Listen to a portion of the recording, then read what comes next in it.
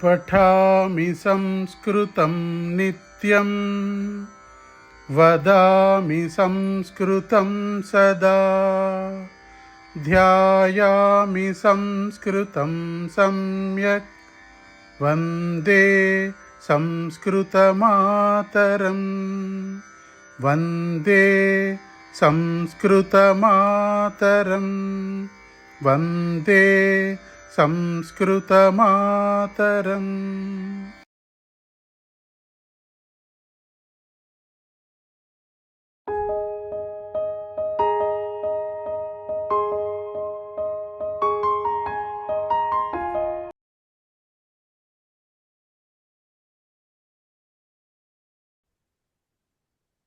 ध्येयमन्त्रः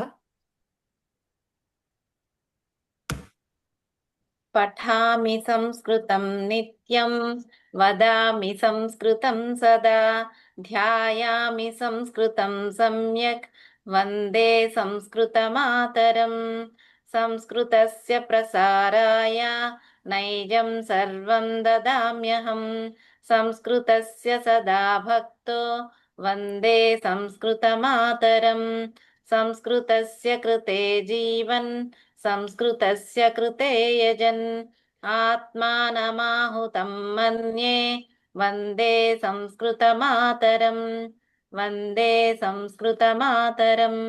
धन्यवादः महोदय. ధన్యవాదాः.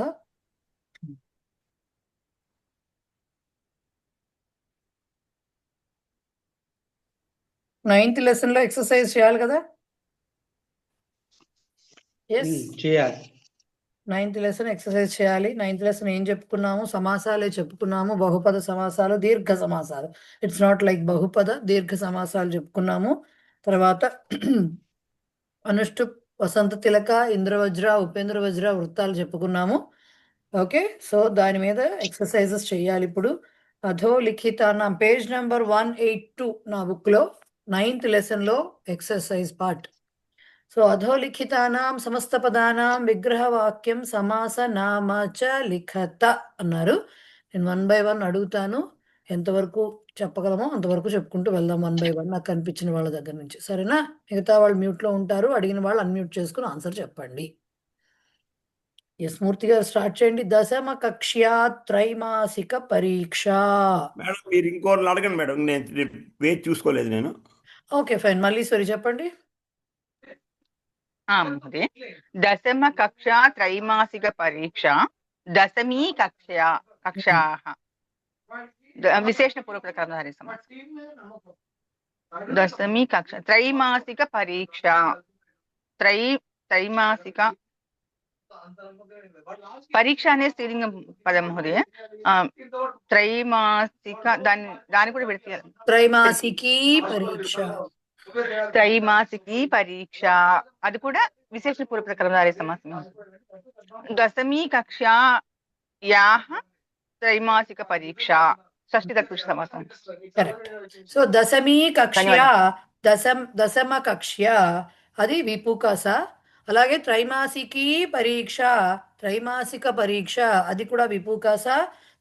దశమ కక్ష్యాయాః త్రైమాసిక పరీక్ష అది షష్ఠీ తత్పురుష సమాసము అవుతుంది. కరెక్ట్. ఎంపీఆర్ఎల్ శర్మ గారు. ముఖ్యమంత్రి కార్యాలయ. అమ్మ నేను ఊరు నుంచి ఇవాళే వచ్చాను నేను. Okay fine fine fine fine. Rao garu. నేను చూశాను. ముఖ్యమంత్రి కార్యాలయ. ముఖ్యమంత్రి కార్యాలయ సమస్త పదం. ముఖ్యమంత్రి కాదు, ముఖ్యమంత్రి కార్యాలయ.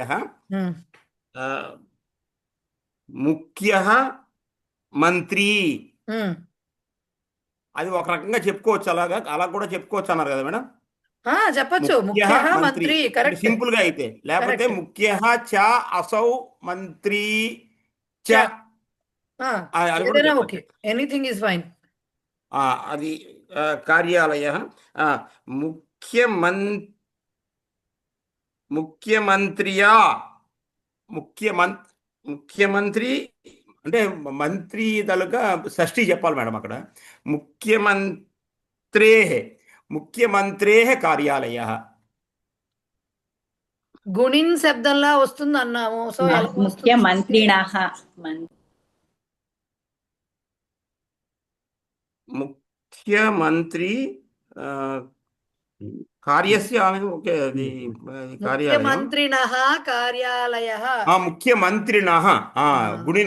గుణిన్ శబ్దం ఓకే ఆ. ముఖ్యమంత్రిణః కార్యాలయ కార్యాలయ కూడా చెప్పచ్చండి. పేజ్ నంబర్ ఒక్క నిమిషం సార్, పేజ్ నంబర్ 182 అండి, 182. కార్యాలయ చెప్పక్కర్లా, ఇక్కడ వాళ్ళు ఆ రెండే బాక్సులు ఇచ్చారు కాబట్టి అలా చెప్పేసేయచ్చు చాలు. So ముఖ్యశ్చ Okay. అసౌ మంత్రి చ ఆర్ ముఖ్యః మంత్రి ఏది రాసినా పర్వాలేదు, విపు కస అవుతుంది. అదే నెక్స్ట్ అచ్చా అది కూడా చెప్పారుగా, అది కూడా చెప్పాలి. కార్యస్య ఆలయ కార్యాలయ ఫస్ట్ బాక్స్ లో 2 బాక్సులు, ఫస్ట్ పెద్ద బాక్సులు ఇచ్చారు కదా, 2 బాక్సులు అవును. ఒక దాంట్లో ముఖ్య మంత్రి ఆర్ ముఖ్యశ్చ అసౌ మంత్రి చ అని వస్తుంది, అది విపు కాస. రెండవ బాక్స్ లో కార్యస్య ఆలయ కార్యాలయ అది షష్ఠీ తత్పురుషం వస్తుంది. రెండు కలిపి కిందనిచ్చిన సన్న బాక్స్ ఉంది కదా పొడుగుది, దాంట్లో ముఖ్యమంత్రిణః కార్యాలయ. ఓకే రైట్ ఓకే ఓకే, అది షష్ఠీ తత్పురుషము వస్తుంది. రైట్. నెక్స్ట్ రావు గారు, విద్యాలయ క్రీడాంగణం అన్మ్యూట్ చేసుకుని చెప్పండి సార్. హ్యాండ్ రైజింగ్ విద్యాలయస్య క్రీడాంగణం విద్యాలయ క్రీడాంగణం షష్ఠీ తత్పురుషం. ఒక్కటే చెప్తే అవదు సార్, అది విద్యస్య విద్యస్య ఆలయం. ఆలయం. ఆ, విద్యస్య ఆలయం విద్యాలయం ఆ, షష్ఠీ తత్పురుషం. ఆ. మహోదయ విద్యా స్త్రీలింగ పదం కదా. సారీ విద్యాయాహ, సారీ విద్యస్య కాదు, విద్యాయాహ మేడం విద్యా కదా విద్యాయాహ ఆలయః విద్యాలయః షష్ఠీ తత్పురుషం. క్రీడాంగణం వచ్చేసి క్రీడాంగణం క్రీడాయాహ ఆంగణం క్రీడాంగణం, షష్ఠీ క్రీడాయాహ ఆంగణం క్రీడాంగణం, అది కూడా షష్ఠీ తత్పురుషం. ఓకే, తత్పురుషం. ఇప్పుడు కలిపి చెప్పండి. ఆ, విద్యాలయ విద్యాలయస్య క్రీడాంగణం విద్యాలయస్య క్రీడాంగణం విద్యాలయ క్రీడాంగణం, అది కూడా షష్ఠీ తత్పురుషము. సో విద్యాయాహ ఆలయః విద్యాలయః షష్ఠీ తత్పురుషం, క్రీడాయాహ ఆంగణం క్రీడాంగణం, అది షష్ఠీ తత్పురుషం, విద్యాలయస్య క్రీడాంగణం విద్యాలయ క్రీడాంగణం, అది కూడా షష్ఠీ తత్పురుష సమాసమే వస్తుంది. రైట్. నెక్స్ట్ గుండకు చిహ్నాన్ని అంకయిత్వా గణం చ నిర్దిశత అన్నారు. ఒక్కొక్కటి నేను అడుగుతాను. సత్య చంద్రశేఖర్ గారు చెప్పండి సార్. ఫస్ట్ది దశరథ పుత్ర సార్, అన్మ్యూట్ చేసుకుని చెప్పాలి. దాశ రా 3 లఘువులు, ఉమ్, 3 లఘువులు అయితే నగణః ఆ, థ పు త్రః ఉమ్. 2 లఘువులు 1 గురువు. అలా ఏంటి సార్, 2 లఘువులా? అలా చెప్పకండి. థ పు త్రహ ఉంది కదా, థ లఘు, పు గురువు అని పు లఘు అని చెప్తున్నారు. పు లఘు ఎలా అవుతుంది? త్రహ అనేది సంయుక్తాక్షరం కాబట్టి పు గురువు అవుతుంది. సో పు లఘువు గురువు, correct. గురువు గురువు లఘువు గురువు గురువు. గణం యగణః యగణః. సో ఫస్ట్ది మొత్తం వచ్చేది లఘువు లఘువు లఘువు లఘువు గురువు గురువు. ఫస్ట్ది నగణము, రెండవది యగణము అవుతుంది. ఓకే, శ్రీహరి నంబూరి గారు చెప్పండి సార్, హ్యాండ్ రైజ్ చేశారు. రెండవది చెప్పండి. ఇప్పుడు సర్వస అనే దాంట్లో ఫస్ట్ సాకి గురువు గురువు. ఆగండి తర్వాత- ఒక్క నిమిషం ఆగండి సార్, అది కాదు మీరు చెప్పాల్సింది, భూషణాలంకృత రెండోది చెప్పాలి. భూషణ ఉంటుంది కదా ఇక్కడ. ఓకే ఓకే భూ అనే దాంట్లో అది దీర్ఘాక్షరం కాబట్టి గురువు, ఆ, లఘువు, ఆ, నా దీర్ఘము గురువు. ఆ, సో అది మధ్య లఘువు కాబట్టి రగణం. ఓకే, తర్వాత లంకృత అంటే అప్పుడు ఇది మధ్య లఘువు ముందు గురువు అవుతుంది, లఘువు గురువు. సో ఇది కూడా రగణం. ఓకే. సో భూషణాలంకృతాలో గురువు లఘువు గురువు, మళ్ళీ లా కూడా గురువు అవుతుంది. క్రు అనేటటువంటి సంయుక్తాక్షరం ముందుంది కాబట్టి సో అది గురువు. ఇంక్రు ఏమో హ్రస్వాక్షరం కాబట్టి లఘువు, తా గురువు కాబట్టి 2 రగణాలే అయినాయి అక్కడ. రైట్. నెక్స్ట్ శిరీష, సర్వసంగ పరిత్యాగినః ఆ, సర్వ సంఘ పరిత్యాగినాలో ఆ, సా గురువు అవుతుంది. పక్కన సంయుక్త అక్షరం ఉంది కాబట్టి ర్వా లఘువు, సా గురువు. పక్కన ఉన్న అంగ్ అది సంయుక్తాక్షరం కాబట్టి సా కూడా కరెక్ట్. తర్వాత పా లఘువు, ఇంగ్ కూడా లఘువు. రీ వచ్చి ఆ తర్వాత అక్షరం సంయుక్తాక్షరం కాబట్టి రీ కూడా గురువు అయిందండి. నెక్స్ట్ క్యా అన్నది దీర్ఘాక్షరం కాబట్టి గురువు, గి అన్నది లఘువు, నహ అన్నది గురువు. ఓకే. అంటే ఫస్ట్ది సర్వస వచ్చి రగణం అయింది. నెక్స్ట్ పరి అన్నది సగణం అయింది. తర్వాతది రగణం అయింది. కరెక్ట్.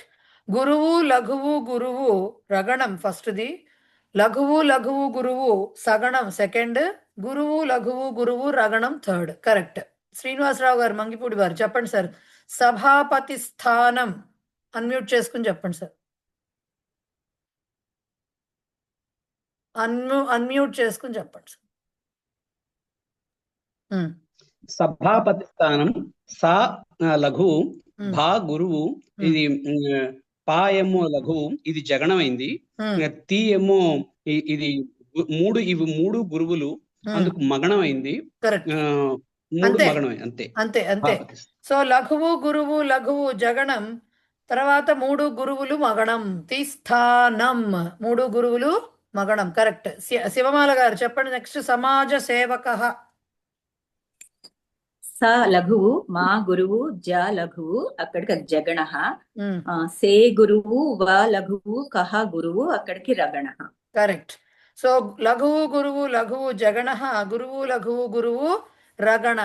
కరెక్ట్. పురుషోత్తం వారణాసి గారు చెప్పండి సార్. పుస్తక ప్రేషణ వ్యవస్థ అన్మ్యూట్ చేసుకుని చెప్పాలి సార్. మహోదయ పేజ్ నెంబర్ ఎంత చెప్తున్నారు? 182, 182, 183 9th లెసన్ ఎక్సర్సైజ్. ఓకే. లఘువు లఘువు ఆది మధ్యాంత భగనం భగనం. ఏంటి సార్ మళ్ళీ చెప్పండి. పుస్తక ప్రేషణ వ్యవస్థ మళ్ళీ చెప్పండి. గురువు. ఓకే. స్థా లఘువు. ఎస్. కా లఘువు. లఘువు కాదు సార్, కా లఘువు కాదు, పక్కన ప్రే అనే సంయుక్తాక్షరం ఉంది. ఓకే. తర్వాత గురువు లఘువు లఘువు. నా లఘువు కాదు సార్, పక్కన వ్యా ఉంది. ఓకే. ఓకే. గురువు. రగణం మొదటిది, రెండోది కూడా రగణం. కరెక్ట్. ఇంకోటి చెప్పాలా? వ్యవస్థ ఉంది పక్కన, వ్యవస్థ వదిలేశారు. వ్యవస్థ వ్యా గురువు పద, సంయుక్త అక్షరం గురువు కాదు. సంయుక్త అక్షరం గురువు కాదు, అది హ్రస్వాక్షరం కాబట్టి లఘువే అవుతుంది. అది లఘువు లఘువు గురువు. లఘువు గురువు గురువు, స్థా సంయుక్తాక్షరం కాబట్టి వా గురువు అవుతుంది. వా గురువు అవుతుంది. స్థా కూడా గురువు. యగణం. యగణం. సో గురువు లఘువు గురువు, గురువు లఘువు గురువు, లఘువు గురువు గురువు, రెండు రగణాలు, తర్వాత మూడవది యగణము అవుతుంది. ఓకే. నెక్స్ట్ లైన్ లో నాకెవరున్నారు? విజయ్ కుమారి గారు, పి విజయ్ కుమారి గారు. సంభాషణ పత్రికాయా కార్యాలయ. పోతరాజు విజయ్ కుమార్ గారు. మహోదయే. సా గురువు, బా గురువు దీర్ఘం ఉంది కాబట్టి షా లఘు, మంచి తగడం. కరెక్ట్. నా లఘువు, పా గురువు, పక్కన సంయుక్తాక్షరం, అది కూడా లఘు, లఘు. కరెక్ట్. ఇది వచ్చేసి మధ్య గురువు జగణం. కరెక్ట్. తర్వాత కా గురువు దీర్ఘం ఉంది కాబట్టి యాహ విసర్గ దీర్ఘం రెండు ఉన్నాయి కాబట్టి గురువు, కా గురువు మగణం. కరెక్ట్. మూడు గురువులు మగణం. రియా గురువు దీర్ఘం ఉంది. లా లఘువే కదా లఘువే లఘువే లఘువే లఘువే. ఇది గురువు, గురువు రగణం. ఇది రగణం. సో గురువు గురువు లఘువు ఫస్ట్ది తగణము, ణ పత్రి, తర్వాత లఘువు గురువు లఘువు జగణము, తర్వాత 3 గురువులు మగణము, తర్వాత గురువు లఘువు గురువు రగణము. కరెక్ట్. ఓకే, పూర్ణమాధవి గారు నెక్స్ట్ వన్. పత్రాలయ ద్వారా సంస్కృత శిక్షణం. ఒక్క నిమిషం. అదే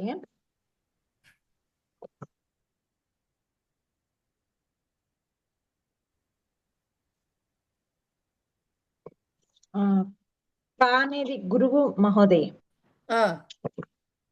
ప్రా అనేది గురువు మహోదయ, లా అనేది లఘువు తగణం. కరెక్ట్. యా అనేది లఘువు మహోదయ, యా అనేది లఘువు. పక్కన అక్షరం ఏముంది? సంయుక్త అక్షరం ఉంది సో దాని ముందర ఉన్నది ఏమవ్వాలి? గురువు మహోదయ. మరి లఘు ఎలా అవుతుంది? గురువు అవుతుంది కదా అది.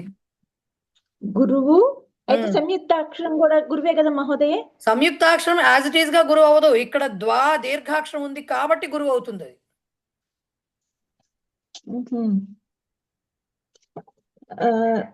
అంటే ఇప్పుడు గురువు లఘువు గురువు గురువా మహోదయ? లఘువు ఎలా అవుతుందండి? ఫస్ట్ది యా గురువు అవుతుంది, ఎందుకంటే ద్వా అనే సంయుక్తాక్షరానికి ముందుంది కాబట్టి. ద్వా అనేది దీర్ఘాక్షరం కాబట్టి అది గురువు అవుతుంది. రా దీర్ఘాక్షరం కాబట్టి గురువు అవుతుంది. 3 గురువులు. ఓహో, అదైతే మగణ మగణ మహోదయ. మగణం. నెక్స్ట్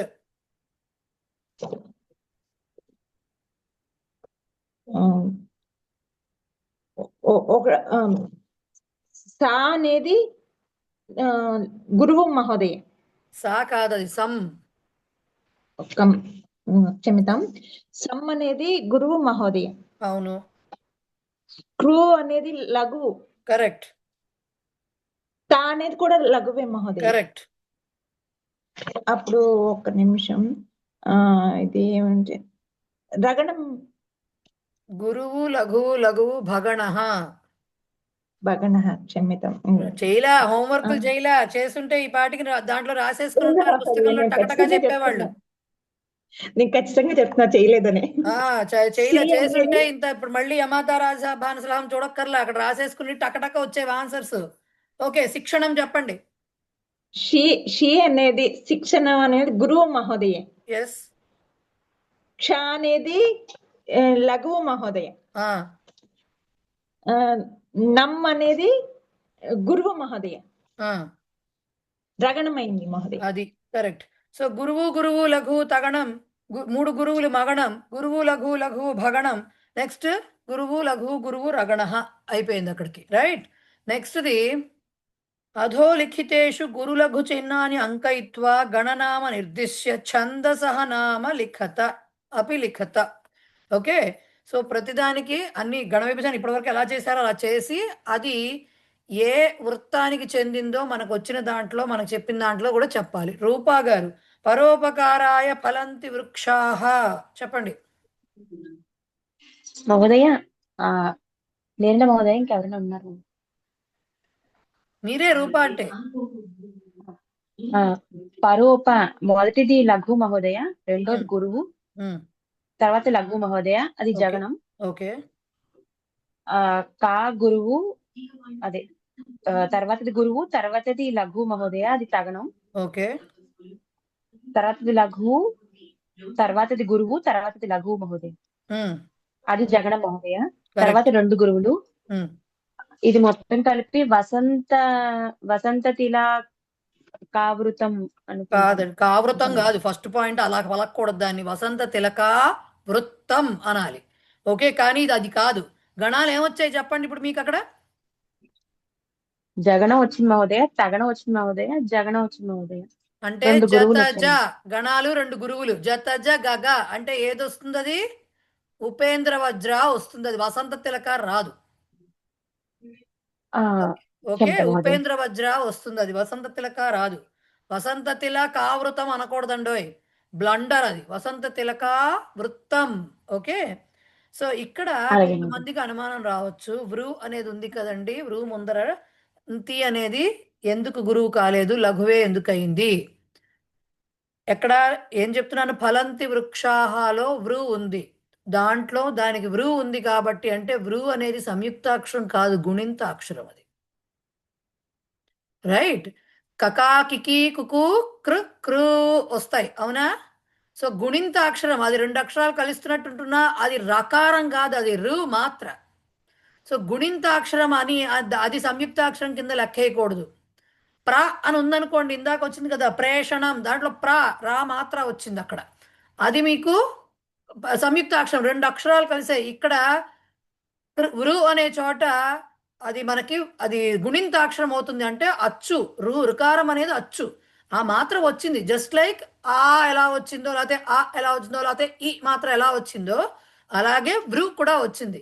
కాబట్టి అది హ్రస్వాక్షరం కాబట్టి అది లఘు అవుతుంది, అది సంయుక్తాక్షరం కాదు కాబట్టి దాని ముందరది ఈ కారణం చేత గురువు అవ్వదు. అది దీర్ఘాక్షరం అయితే అవ్వచ్చు, ఈ కారణం చేత గురువు అవ్వదు. ఇది గుర్తుపెట్టుకోండి, రు మాత్ర వచ్చినవి గుణింతాక్షరాలే కానీ సంయుక్తాక్షరాలు కావు. ఓకే, సో అది ఉపేంద్ర వజ్ర అయింది అది. నెక్స్ట్ విజయ గారు, పూజ్య సమస్త ఉన్నారా విజయ్ గారు? ఎస్, పూజ్య సమస్త ధరణీం అనుజై సదాపి. పూజ్య స, పూ అంటే గురువు, జ్యా గురువు, స లఘువు, గురు లఘు తగణ. ఓకే. మస్త ధ, మా గురువు అయింది, ఎందుకంటే స్థ అనేది సంయుక్తాక్షరం, స్థ లఘువు, ధ లఘువు, తగణ అయింది ఇది. ఓకే. ర నీ మా, ర లఘువు, నీ గురువు, మా లఘువు, ఇది జ అయింది. ఓకే. ను లఘువు, జై గురువు, స లఘువు, ఇది జగణ అయింది. దా పి కూడా గురువులయ్యాయి, రెండు గురువులయ్యాయి. ఇది వసంత తిలకావృత్తం. కరెక్ట్. జతజ గగౌ, తభజ గగ, తభజ జగణాలు రెండు గురువులు. సో ఇది వసంత తిలకా వృత్తం. వసంత తిలకా వృత్తానికి ఎన్ని అక్షరాలు ఉంటాయి? 14 అక్షరాలు ఉంటాయి. పైన ఉపేంద్ర వజ్రాకి 11. దాంట్లో అదే ఇప్పుడు నేను చెప్పబోతున్నా, గురువే అవుతుంది. ఎందుకు? పదాంత అక్షరము హ్రస్వమైనా కూడా గురువే అవుతుంది. గుర్తొచ్చిందా? పాదాంత అక్షరము, పాదాంత అక్షరము, పదాంతం కాదు, పాదాంత అక్షరం, పాదాంత అక్షరం హ్రస్వోపి గురుహు ఏవ భవతి అని మనం చదువుకున్నాం. మ్యామ్ ఎప్పుడు అదే అవుతుందండి, అంటే ఏ శ్లోకాలకు సంబంధించినంత వరకు, శ్లోకాలకు మరొక చిన్న డౌట్. ఒక్క నిమిషం సార్, ఒక్క నిమిషం. వృత్తము ఇట్లాంటివన్నీ మాట్లాడేది పద్యాలకే, గద్యానికి కాదు ఇవన్నీ ఉండేది. సో ఇవి పద్యంలో పాదాంతం అన్నారు, అందుకని పాదం, ప్రతి పాదంలో అంతం చివరి అక్షరం. సో అది గురువే అవుతుంది, అది హ్రస్వాక్షరమైనా కూడా అది గురువే అవుతుంది. సో ఇక్కడ ఇది బెస్ట్ ఎగ్జాంపుల్ దానికి. రైట్. ఎస్ మూర్తి గారు చెప్పండి సార్. ఇప్పుడు సంస్కృత అని ఉంది మేడం, అది యాక్చువల్గా ఆది గురువు తగడం అయింది, సారీ ఆది గురువు భగడం అయిందండి. భగడం మేడం, ఆది గురువు భగడం అయింది. అయితే నా డౌట్ ఏంటంటే అక్కడ స్క్రూ ఉంది కాబట్టి ఇక్కడ సా గురువు అయింది. కాదు, అదొక్కటే కాదు రీజన్. సమ్ కూడా ఉంది కదా, సమ్ అనుస్వారయుక్త అక్షరం అది, అందుకని గురువు అయింది. ఫస్ట్ పాయింట్ అది. రెండు ఉన్నాయి రీజన్స్, రెండు ఉన్నాయి. సపోజింగ్ సంస్కృత అని ఉందనుకోండి, బౌడ్ లేకపోయినా సరే, అప్పుడు కూడా సా గురువు అవుతుంది, గురువే అవుతుంది, స్క్రూ ఉంది అవుతుంది కదా. అప్పుడు రెండవది స్క్రూ అన్నది, అది స్క్రూ అని ఉందనుకోండి, అప్పుడు గురువు అవుతుంది, అది అప్పుడు గురువు అవుతుంది, లేకపోతే అవ్వదు. అదే కావాలి డౌట్. Okay, thank you. గారు సంస్కృత అక్కర్ల సంస్కృతం అని ఉన్నా కూడా చివరిది గురి అవుతాం అనేది మరి హలంతాక్షరం కదా, అది కూడా గురి అవుతుంది. ఏదైనా సంయుక్తాక్షరం యాజ్ ఇట్ ఈజ్ గా ఇప్పుడు అనుస్వార యుక్తాక్షరం కానీ అంటారు విసర్గయుక్తాక్షరం కానీ యాజ్ ఇట్ ఈస్ గా గురువులు అయిపోతాయి. లైక్ సమ్, అవి ఇండిపెండెంట్. ఆర్ సహ అని రాసిన చివరిలో ఇక్కడ ఉన్నట్టుగా కొన్ని చోట్ల వచ్చింది కదా, తహ, త్యాగినహ, సేవకహ, వాటిల్లో వచ్చింది, విసర్గ చివరిలో ఉంది. సో విసర్గతో కూడిన అక్షరాలు కానీ అనుస్వారంతో కూడిన అక్షరాలు కానీ ఇండిపెండెంట్ గా, అంటే పక్కన ఏముంది దాంతో సంబంధం లేకుండా అవి గురువులు అవుతాయి. కానీ సంయుక్తాక్షరాలు కానీ ద్విత్వాక్షరాలు, అంటే ఒకదాని కింద అదే అక్షరం రావడం, కుక్క అన్న చోట ద్విత్వాక్షరం, త అన్న చోట ద్విత్వాక్షరం వస్తుంది కదా. సో అలాంటి చోట్ల సంయుక్తాక్షరాలు కానీ ద్విత్వాక్షరాలు కానీ వాటంతట అవే గురువులు అవ్వవు. అవి డిపెండెంట్స్. దాని ముందర ఉన్నటువంటి అక్షరం గనక గురువు అయితే అప్పుడు అంటే సంయుక్తాక్షరం ఇంకోటి అయితేనో, లేదు వీటికి దీర్ఘాక్షరాలు అయితేనో అప్పుడు. కానీ వీటికి అవి దీర్ఘాక్షరాలు. స్క ఉందనుకోండి, స్క యాజ్ ఇట్ ఈస్ గా గురువు అవుతుంది. స్కూ, స్కే, స్కై ఇవి వస్తేనే, ఆర్ స్కం, స్కహ ఇవి వస్తేనే అవి గురువు అవుతుంది. యాజ్ ఇట్ ఈస్ గా అవి సంయుక్తాక్షరాలు కానీ ద్విత్వాక్షరాలు కానీ వాటంతట అవే ఇండిపెండెంట్ గా గురువులు అవ్వవు, అన్లెస్ వాటికి దీర్ఘమాత్రలు ఉంటే, లేకపోతే అనుస్వారాలు విసర్గలో ఉంటే తప్ప. అదర్వైజ్ మిగతా వాటికి ఎట్లా అయితే, లఘు అక్షరాలకి మిగతా వాటికి ఎట్లా అయితే మనం రూల్స్ చెప్తామో అవి గురువు అవడానికి, అలాంటివే వర్తిస్తాయి. అవి లేకపోతే యాజ్ ఇట్ ఈస్ గా అవి గురువులు అయిపోవు. కానీ అనుస్వార యుక్తాక్షరాలు విసర్గయుక్తాక్షరాలు యాజ్ ఇట్ ఈస్ గా గురువులు. వాటంతట అవే గురువులు. అవి వేటి మీద డిపెండ్ అవ్వవు. గురువు అవనా వద్దా అని ఆలోచించవు. వాటంతట గురువులే అయిపోతాయి. ఓకే, అది పరిస్థితి. ఓకే, నెక్స్ట్ మేడం అక్కడ తస్య, తస్యాహ రెండు మనం ఉదాహరణగా తీసుకోవచ్చు కదా. ఇప్పుడు మీరు చెప్పిన దానికి తస్య, తస్యాహ, సద్యాహ, విసర్గ తస్యాహ, సత్యాహ అనే మాట ఎక్కడుంది? మనకి తస్య మనకి పుల్లింగంలో కరెక్ట్. తస్య, తస్యాహ. తస్య అనేది మన షష్ఠీ విభక్తి రూపం అనుకోండి. దాంట్లో స్య హ్రస్వాక్షరం, తా కూడా హ్రస్వాక్షరం. కానీ స్యా సంయుక్తాక్షరానికి ముందుంది కాబట్టి ఇది గురువు అవుతుంది. స్యా సంయుక్తాక్షరమే కానీ దానికి దీర్ఘం కానీ ఏమీ లేవు కాబట్టి అది లఘువే అవుతుంది. కానీ తస్యాహలో ఏమవుతుంది? స్యా అనే ఉంటుంది కాబట్టి తా కూడా గురువు అవుతుంది. స్యాహ, స్యా సంయుక్తాక్షరానికి దీర్ఘము ఉంది, విసర్గ ఉంది. రెండిటి సపోర్టుతో అది గురువు అయిపోతుంది. సో అక్కడ రెండు గురువులు అవుతాయి. కరెక్టే. Okay, right. నెక్స్ట్ ఇందిర గారు, ఇందిరా పోతరాజు గారు చెప్పండి. కాయేన వాచ మనసేంద్రియైర్వా. మహోదయ, కాయేన వాచ కా గురువు, ఏ గురువు, నా లఘువు, గురువు గురువు లఘువు తగణం. నెక్స్ట్ వా గురువు, చా గురువు, మా లఘువు దిగుడ తగణం, నా లఘువు, సే గురువు అంటే ముందు సంయుక్తాక్షరం ఉంది కాబట్టి లేకపోయినా గురువే. సే అనేది గురువే, ఏత్వం గురువే అవుతుంది. దీర్ఘం కాబట్టి అది గురువే అవుతుంది. ఇది లఘువు, ఇంద్రి లఘువు. ఇది జగణం. ఏ గురువు, ర్వా గురువు. కరెక్ట్. లాస్ట్ లో గురువు గురువు. ఇది ఇంద్రజావృత్తం. ఇంద్రజ కాదండోయ్, ఇంద్ర వజ్ర. ఇంద్ర వజ్రావృత్తం. ఇంద్రజ కాదు, ఇంద్రజాను ఇంకోటి ఎవరో వాళ్ళు రాకూడదు పిక్చర్ లోకి. కాదండోయ్, నా పేరు అలా పెట్టుకున్నాను మేడం. మీకు దగ్గరగా ఉందని అలా పెట్టుకున్నారా? బాగుంది. గురువు గురువు లఘువు, గురువు గురువు లఘువు, లఘువు గురువు లఘువు రెండు గురువులు. తతజగగా ఇంద్రవజ్రావృత్తము. Right, okay, fine. Last one Rajesham garu మరి ఎలా పిలవాలో తెలీదు. భూయాత్ సమేషాం సకాలేష్ట సిద్ధి. సార్ చెప్పండి సార్, ఉన్నారా? అన్మ్యూట్ చేసుకుని చెప్పాలి ఉంటే.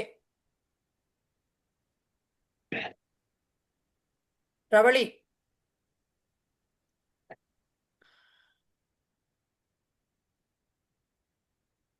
అన్మ్యూట్ అవ్వట్లేదా రవళి? రాజేశం మేడం. రాజేశం గారు వచ్చేసారా? అయితే చెప్పండి. చెప్పండి. భూయాత భూ గురువు, యా గురువు, స గురువు. స గురువు అయిందా?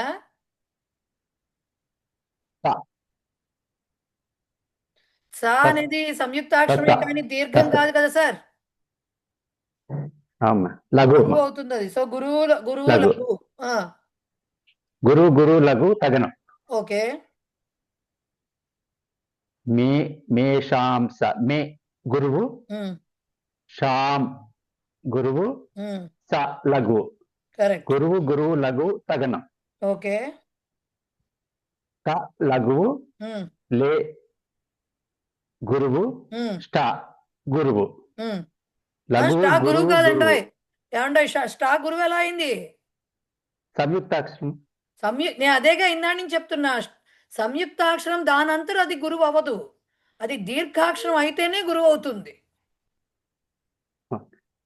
అనేది మామూలుగా ఉంది, అది లఘు అక్షరం కిందే లెక్క, అది దానికి దీర్ఘమో అంటే స్టా స్టీ స్టూ స్టే స్టై స్టమ్ స్టహ ఇవి ఉంటేనే గురువు అవుతుంది, లేకపోతే అవ్వదు. లఘువు గురువు లఘువు జగనం దానికి సంయుక్తాక్షరం ఉంటుంది కాబట్టి గురువు, అది విసర్గత ఉంటుంది కాబట్టి గురువు, మళ్ళీ గురువు గురువు. తత జగగ, తత జగగ అంటే ఇంద్ర ఇంద్ర ఇంద్ర వృత్తం, ఇంద్రవజ్రావృత్తం, ఇంద్రవజ్రావృత్తం. ఓకే. సో గురువు గురువు లఘు, గురువు గురువు లఘు, లఘు గురువు లఘు, 2 గురువులు, తత జ గగ గణాలు. సో ఇది కూడా ఇంద్రవజ్రావృత్తం, రైట్? వజ్రావృత్తం. సో అది సంగతి. సుభాషితాలు కూడా చెప్పుకోలేదుగా మనం, రైట్? సుభాషితాలు తీయండి.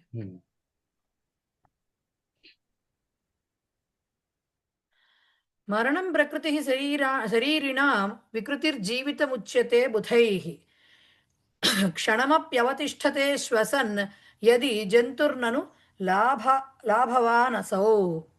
ఏం చెప్తున్నారు? మరణం ప్రకృతి శరీరిణాం వికృతిర్జీవితముచ్యతే బుధైః క్షణమప్యవతిష్ఠతే శ్వసన్ యది జంతుర్నను లాభవానసౌ. మరణం ప్రకృతి శరీరిణాం, శరీరాణం కాదది, శరీరిణాం వికృతి జీవితం ఉచ్యతే బుధైః క్షణం అపి అవతిష్ఠతే శ్వసన్ యది జంతుః నను లాభవాన్ అసౌ. ఓకే, ఏం చెప్తున్నారు? శరీరిణాం దేహినాం అంటే జీవులకు, దేహము ఉన్నవారికి అంటే జీవులకు, మరణం నిధనం చనిపోవడం మృత్యువు అనేది ప్రకృతి అంటే స్వభావ, మరణించిన వారికి జననము తప్పదు, జన్మించిన వాడికి మరణము తప్పదు అని ఉంటాయి కదా. సో మరణం అనేది, మృత్యువు అనేది అది అల్టిమేట్ థింగ్. పుట్టిన ప్రతి మనిషికి చావు అనేది ప్రకృతి సిద్ధమైనది, స్వభావ సహజ సిద్ధమైనటువంటి ఒక ప్రక్రియ. నిశ్చితం స్వభావ అంటే ఏమిచ్చారు వాళ్ళకి? ప్రకృతి స్వభావ అని చెప్పి నిశ్చితం స్వభావ అనే దానికి మీనింగ్ ఇచ్చారు. నిశ్చితం అంటే already it is decided. Okay, అది ముందరే రాయబడింది అంటామే, మనం విధి లిఖితం అంటామే, అది ఖచ్చితంగా నిర్ణయించబడినది అని అర్థం. జీవితం జీవనం ఏదైతే ఉందో అంటే పుట్టినప్పటి నుంచి శ్వాస పీల్చడం మొదలుపెట్టినప్పటి నుంచి శ్వాస వదిలేంత వరకు ఉన్నటువంటి ఆ మధ్యలో ప్రయాణం అనేది జీవితం అంటాం కదా. సో ఆ జీవితం అనేది వికృతి అంటే వికార, అంటే ఇది ఎంతకాలం, దీనికి ఏమీ సర్టనిటీ అనేది లేదు. బట్ మా మృత్యువు అనేది మాత్రం సర్టెన్. నువ్వు 10 ఏళ్ళు బతుకు, 100 ఏళ్ళు బతుకు, 30 ఏళ్ళు బతుకు, రోగాలతో బతుకు, రోగం లేకుండా బ్రతుకు, సంతోషంగా బ్రతుకు, దుఃఖంగా బ్రతుకు, ఎలా బ్రతికినా సరే అది నీ చేతుల్లో లేదు, రైట్? ఆ జీవితం, ఈ రకమైన జీవితం, ఈ ప్రయాణం అనేది మాత్రం వికార అంటే వికృతి అంటే అర్థం ఏంటి? It's not natural. ఇది ఇదంతా కూడా వేరీ అయిపోతూ ఉంటుంది, మనిషిని బట్టో పరిస్థితులను బట్టో ఏదో వేరీ అవుతూ ఉంటుంది. బట్ అల్టిమేట్గా జరిగేది ఏంటి? చావు అనేది మాత్రం ఎంత గొప్పవాడికైనా, ఎంత పేదవాడికైనా, ఎంత రోగిష్టివాడికైనా, ఎంత ఆరోగ్యవంతుడికైనా, ఎలాంటి వాడికైనా చావు మాత్రం నిశ్చితం. మధ్యలో ఉన్నటువంటి ఈ ప్రయాణం మాత్రం అనిశ్చితి అనమాట. అది కరెక్ట్గా అది వికారము అంటాం, ఎందుకంటే స్వభావానికి వ్యతిరేకమైనది అనమాట అది. ఓకే, సో వికార అంటే దీనికి కూడా ఏం పెట్టారు? ఆగంతుకం అన్నారు. అంటే ఇది ఎలా ఉంటుందో చెప్పలేరు, అనిశ్చితి, ఒక రకమైన అనిశ్చితి ఉండేటటువంటి సిచ్యుయేషన్ అదనమాట. ఇది అని మనం చెప్పలేదు, బుధైహి పండితైహి పండితుల ద్వారా చెప్పబడినది, ఉక్తం చెప్పబడింది, ఉచ్యతే కథ్యతే అని చెప్పబడుతున్నది.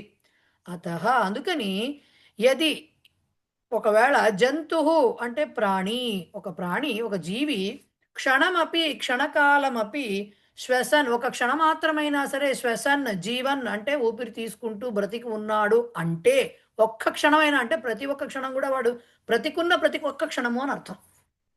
వాడు ఒక్క క్షణమైన పాటైనా బ్రతికున్నాడు. ఇంకొక క్షణం మనం వెంటిలేటర్ మీద పెట్టి చూస్తూ ఉంటాం, కొంతమందిని చూస్తాం కదా, ఇంకొక క్షణం బతికితే బాగుండు, ఇంకొక అరగంట బతికితే అనే ఆశ ఉంటుంది. సో ఆ బతికేటటువంటి మనం పుట్టినప్పటి నుంచి బ్రతికే ప్రతి క్షణము కూడా ఊపిరి పీలుస్తున్నటువంటి క్షణకాలమైనా కూడా అవతిష్టతే.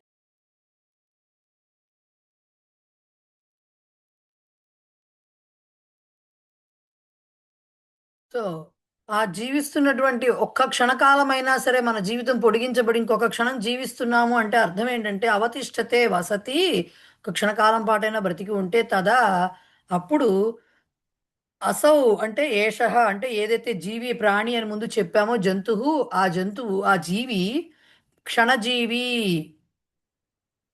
క్షణజీవి అంటే క్షణకాలం, క్షణజీవి అంటే క్షణభంగురం అని మాట్లాడతాం కదా, ఒక క్షణకాలం పాటు బ్రతికే ఏదైతే అవకాశం ఉందో ఆ క్షణజీవి నను నిశ్చయేన లాభవాన్ మహాలాభయుక్త భవతి అంటే చాలా లాభాన్ని పొందినవాడు అవుతున్నాడు. అంటే అర్థం ఏమిటి? ఒక్క క్షణం పాటు మనకు అవకాశం దొరికినా బ్రతకడానికి మనం అదృష్టవంతుల కింద లెక్క అన్నమాట. ఎందుకంటే ఆ బ్రతికే కాలం అనేది అనిశ్చితి, మరణం ఒక్కటే నిశ్చయమైన స్థితి. సో ఒక్క క్షణం పాటు మనకు దొరికినా సరే అది మనం చాలా అదృష్టవంతులం కిందే లెక్క. అంటే మనం అంటే బ్రతికి ఉన్నటువంటి ప్రాణి ఏదైతే ఉందో అదృష్టవంతుల కిందే లెక్క అని చెప్పడం అనమాట. సర్వేషాం ప్రాణినాం మరణం స్వభావ సిద్ధం. నాకు తెలిసి ఇది అర్థమైపోతూ ఉండాలి మీకు. అందరి ప్రాణులకు మరణం అనేది ప్రకృతి సిద్ధమైనది. తత్ పరిహర్తుం కేనాపి న శక్యతే, దాన్ని నివారించడం అనేది ఎవడి వల్ల కాదు. జాతస్య మరణం నిశ్చితం ఏవ, మళ్ళీ అదే పుట్టిన వాడికి మరణము నిర్ణయించబడే ఉంటుంది, ఖచ్చితంగా తప్పదు. కింటు జీవనం నా నిశ్చితం, కానీ బ్రతకడం అనేది ఎట్లా బ్రతుకుతాడు, ఆ ప్రయాణం వాడు ఎలా సాగిస్తాడు అనేది మాత్రం పెద్ద క్వశ్చన్ మార్క్. ఎలా ఎవడు చెప్పలేడు, ఒక్కొక్కళ్ళ లైఫ్ ఒక్కొక్కళ్ళది రకం. తత్ ఆకస్మికం, అది హఠాత్ పరిణామాలు అవ్వచ్చు, దాంట్లో మనకి చాలా తెలియకుండా బోల్డ్ రకాల పరిస్థితులు మనకు ఎదురవ్వచ్చు. నతు స్వభావ సిద్ధం, దాన్నే ఆగంతుకం అన్నారు. అంటే స్వభావ సిద్ధంగా లేనిది అస్వాభావికం ఏదైతే ఉందో దాన్ని ఆగంతుకం, దాన్నే ఆకస్మికం అనే మాటలతోటి రిఫర్ చేశారు. సో అది ప్రకృతి సిద్ధమైనది కాదు, అది వికృతి అన్నమాట, అంటే ప్రకృతికి విరుద్ధమైనది. సో అద్యైవ జీవనం సమాప్తం స్యాత్ అథవా శ్వః, ఇవాళ జీవితం ముగిసిపోవచ్చు, లేదంటే రేపు, ఏ క్షణమైనా కావచ్చు, మనం చెప్పలేం, ఎవరి చేతుల్లోనూ లేదు అది. జీవితస్య పురుషస్య మరణం భవచ్చేవ, మళ్ళీ దాన్ని అల్లుతున్నారండి, అల్లిక మహా గొప్ప గట్టి అల్లిక. కింటు మృతస్య పునః జీవితం భవిష్యతి ఇత్యత్ర న నిశ్చయ, ఇది ఎవడు చూడలేదు. మళ్ళీ నేను పోయిన రోజు మళ్ళీ శ్రీ విద్యగానే పుడతానా, ఇవన్నీ గుర్తుంటాయా అంటే అసలు తెలియని కూడా తెలియదు మనకి. ఎక్కడో ఏదో మిరకిల్స్ వింటూ ఉంటాం తప్ప మనకు తెలియదు. సో పుట్టినవాడు ఖచ్చితంగా చనిపోయి తీరుతాడు, కానీ చనిపోయిన వాడు మళ్ళీ ఖచ్చితంగా పుడతాడన్న గ్యారంటీ లేదు, మనకి తెలియదు. అట్లీస్ట్ ఆత్మకి మృత్యువు లేదు, ఇవన్నీ తర్వాత విషయాలు. మళ్ళీ ఇదే పర్సన్ యాజ్ ఇట్ ఈస్గా ఉంటాడా తెలియదు, రైట్? సో కాబట్టి అది మాత్రం నిశ్చయమైనది కాదు. అతః క్షణకాలమపి జీవ యది దేహే తిష్టతి, అందుకనే ఒక్క క్షణం పాటైనా సరే జీవ ప్రాణము మన శరీరంలో గనక ఉంటే తర్హి తదేవ ప్రాణినాం మహాలాభ, అప్పుడు అదే ప్రాణులకు గొప్ప వరము, గొప్ప లాభము. కించ కానీ మరణే అపి శోక నకార్య, ఇది ఇంక అల్లిక. కానీ చనిపోయినప్పుడు శోకించటము తగదు, భగవద్గీత చెప్తున్నట్లేదు అంతా. సో శోకించటం అనేది తగదు. యత మరణం ప్రాణినా స్వాభావికం, స్వభావ సిద్ధంగా సహజ సిద్ధంగా జరిగే ప్రక్రియలకి మనం విచారించక్కర్లేదు. యావజ్జీవం సంతోషేణ జీవేత్, బ్రతికినంత కాలం సంతోషంగా బ్రతకాలి. యత దుర్లభం జీవనం అస్మాభిః ప్రాప్తమస్తి, చాలా మందికి లభించినటువంటి దుర్లభము అంటే లభించడానికి శక్యము కానిది, లభింప శక్యము కాని అటువంటి జీవితం, మానవ జీవితము మనకి లభించింది కాబట్టి, మానవ జీవితం కావచ్చు, ఇంకో ప్రాణం అయితే దాని జీవితం కావచ్చు, ప్రాణం అనేది ఉంది కాబట్టి అది మనకి దొరికింది కాబట్టి దాన్ని వ్యర్థం చేసుకోకుండా చక్కగా గడపాలి అనేది దీని సారాంశం. అంతకుమించి అక్కడ విషయం ఏమీ లేదు, కొత్త విషయం, రైట్? చెప్పేది అదే విషయం, బట్ తిప్పి తిప్పి తిప్పి తిప్పి చెప్పుకుంటూ ఉంటాం రకరకాలుగా. ఎలా అయినా మన బుర్రలోకి వెళ్తుందేమో అని పాపం పెద్దవాళ్ళ ఆశ, ఎలాగూ మనం తెచ్చుకోమనేది వాళ్ళకి తెలియదు, అది విషయం, రైట్? సో నెక్స్ట్ ఇది చెప్పండి. చిన్నట కించ అంటే కానీ అనే, ఆ పిచ్చ ఎలాగో కించ అని కూడా పైపెచ్చు అనొచ్చు, అంటే సందర్భాన్ని బట్టి. ఇక్కడ పైపెచ్చు అంతేకాని అంటామే ఆ టైప్ లో వాడచ్చు ఇక్కడ. ఇక్కడ శ్లోకంలో ఇచ్చింది శ్వసన్ అంటే శ్వసన్, ఊపిరి అని రాసుకోవచ్చు. శ్వసన్ అంటే జీవిస్తూ, అంటే ఊపిరి పీలుస్తూ అని జీ అర్థం. శత్రు ప్రత్యయమే, శత్రు ప్రత్యయమే. జీవన్ అని ఇచ్చారుగా, అందుకే మనం శత్రుప్రత్యయమేనా? పెట్టడం. రైట్. మని కించ అంటే ఇంకొంచెం అని, కించ లవణం అది ఆవశ్యకం. కించిత్, కించిత్ అది అది అవ్యయం అయిపోతుంది కించిత్ అనేది. అందుకని ఇక్కడ నాకు ఇది అది అవ్యయమా కించిత్. కాదా తెలిస్తే ఆవిడ కించ అనేది దానికి కొంచెం అనే మీనింగ్ కూడా వస్తుందా అంటున్నారు. కించిత్ అంటారు దాన్ని. ఓకే, ఇప్పుడు ఇది ఎన్నో లెసన్ చదువుతున్నాం మనం? 9వ పాఠం కదా. ఇప్పటికి ఈ శ్లోకం ఏదైతే చెప్పబోతున్న శ్లోకం ఉందో అది యాక్చువల్గా మొట్టమొదటి చెప్పాలన్నమాట. కోవిదాలో 9వ పాఠంలో 18వ సుభాషితం కింద చెప్పకూడదు అనమాట. ఎందుకంటే ఫస్ట్ ఇది తెలుసుకుంటే దాన్ని బట్టి మనం చదువుకుంటాం. కరెక్ట్గా చెప్పారు చూడండి. అనేక శాస్త్రం బహువేదితవ్యం అల్పశ్చ కాలో బహవశ్చ విఘ్నాః యత్సారభూతం తదుపాసితవ్యం హంసో యథా క్షీరమివాంబు మధ్యాత్. అన్నీ తెలుసుకోవాలని, అన్నీ తెలుసుకోకపోతే ఎలా అని కంగారు పడి చేతులు నలిపేసి, చీరలు తడిపేసి, దాన్ని ఏమంటారు, కర్చీఫ్లు ఉంటే మగవాళ్ళైతే కర్చీఫ్లు నలిపేసి, పరీక్షలో ఏమైపోతుందో అని పిడచగట్టిపోయి సహసాకం సార్థంకి వేరే రకంగా చతుర్థి రాసొచ్చి ఇన్ని చేసే బదులు ఈ ఒక్క శ్లోకం చదువుకుంటే అన్ని బాధలు పడవన్నమాట.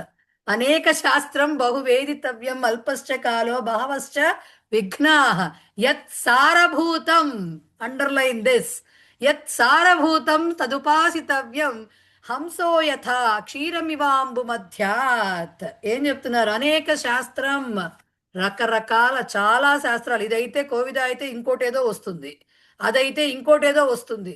ఇలాంటివి మనం తెలుసు. ఇవన్నీ అయిపోతే ఇప్పుడు గ్రామర్లో కొట్టుకుంటున్నాం, చిచ్చి మనం ఇదిగా చదవడానికి పుట్టింది, అసలు తత్వం ఎక్కడ నేర్చుకుంటున్నామని మళ్ళీ అటు జంప్ అవుతాం మనం. అయ్యో అటు నేర్చుకోవాలి, ఇవంతా గ్రామరో గ్రామరో గ్రామరో అని ఇప్పుడు ఎందుకు నాకు ఇప్పుడు రాకపోతే ఏమవుతుంది అనుకుని అప్పుడు జ్ఞానోదయం అవుతుంది. అప్పుడు ఏం చేస్తాము? రామాయణమో భారతమో భగవద్గీతో లేకపోతే ఇంకోటి ఏదో, అర్రే ఇంత చెప్తుంటే మనం ఎందుకు డుక్రీకరణ వెనక పడ్డామా అనిపిస్తుంది. సో అనేక శాస్త్రం బహువేదితవ్యం, ఇవన్నీ తెలుసుకోవాల్సినవే. ఎవరు ఎటువైపు వెళ్తారో తెలీదు.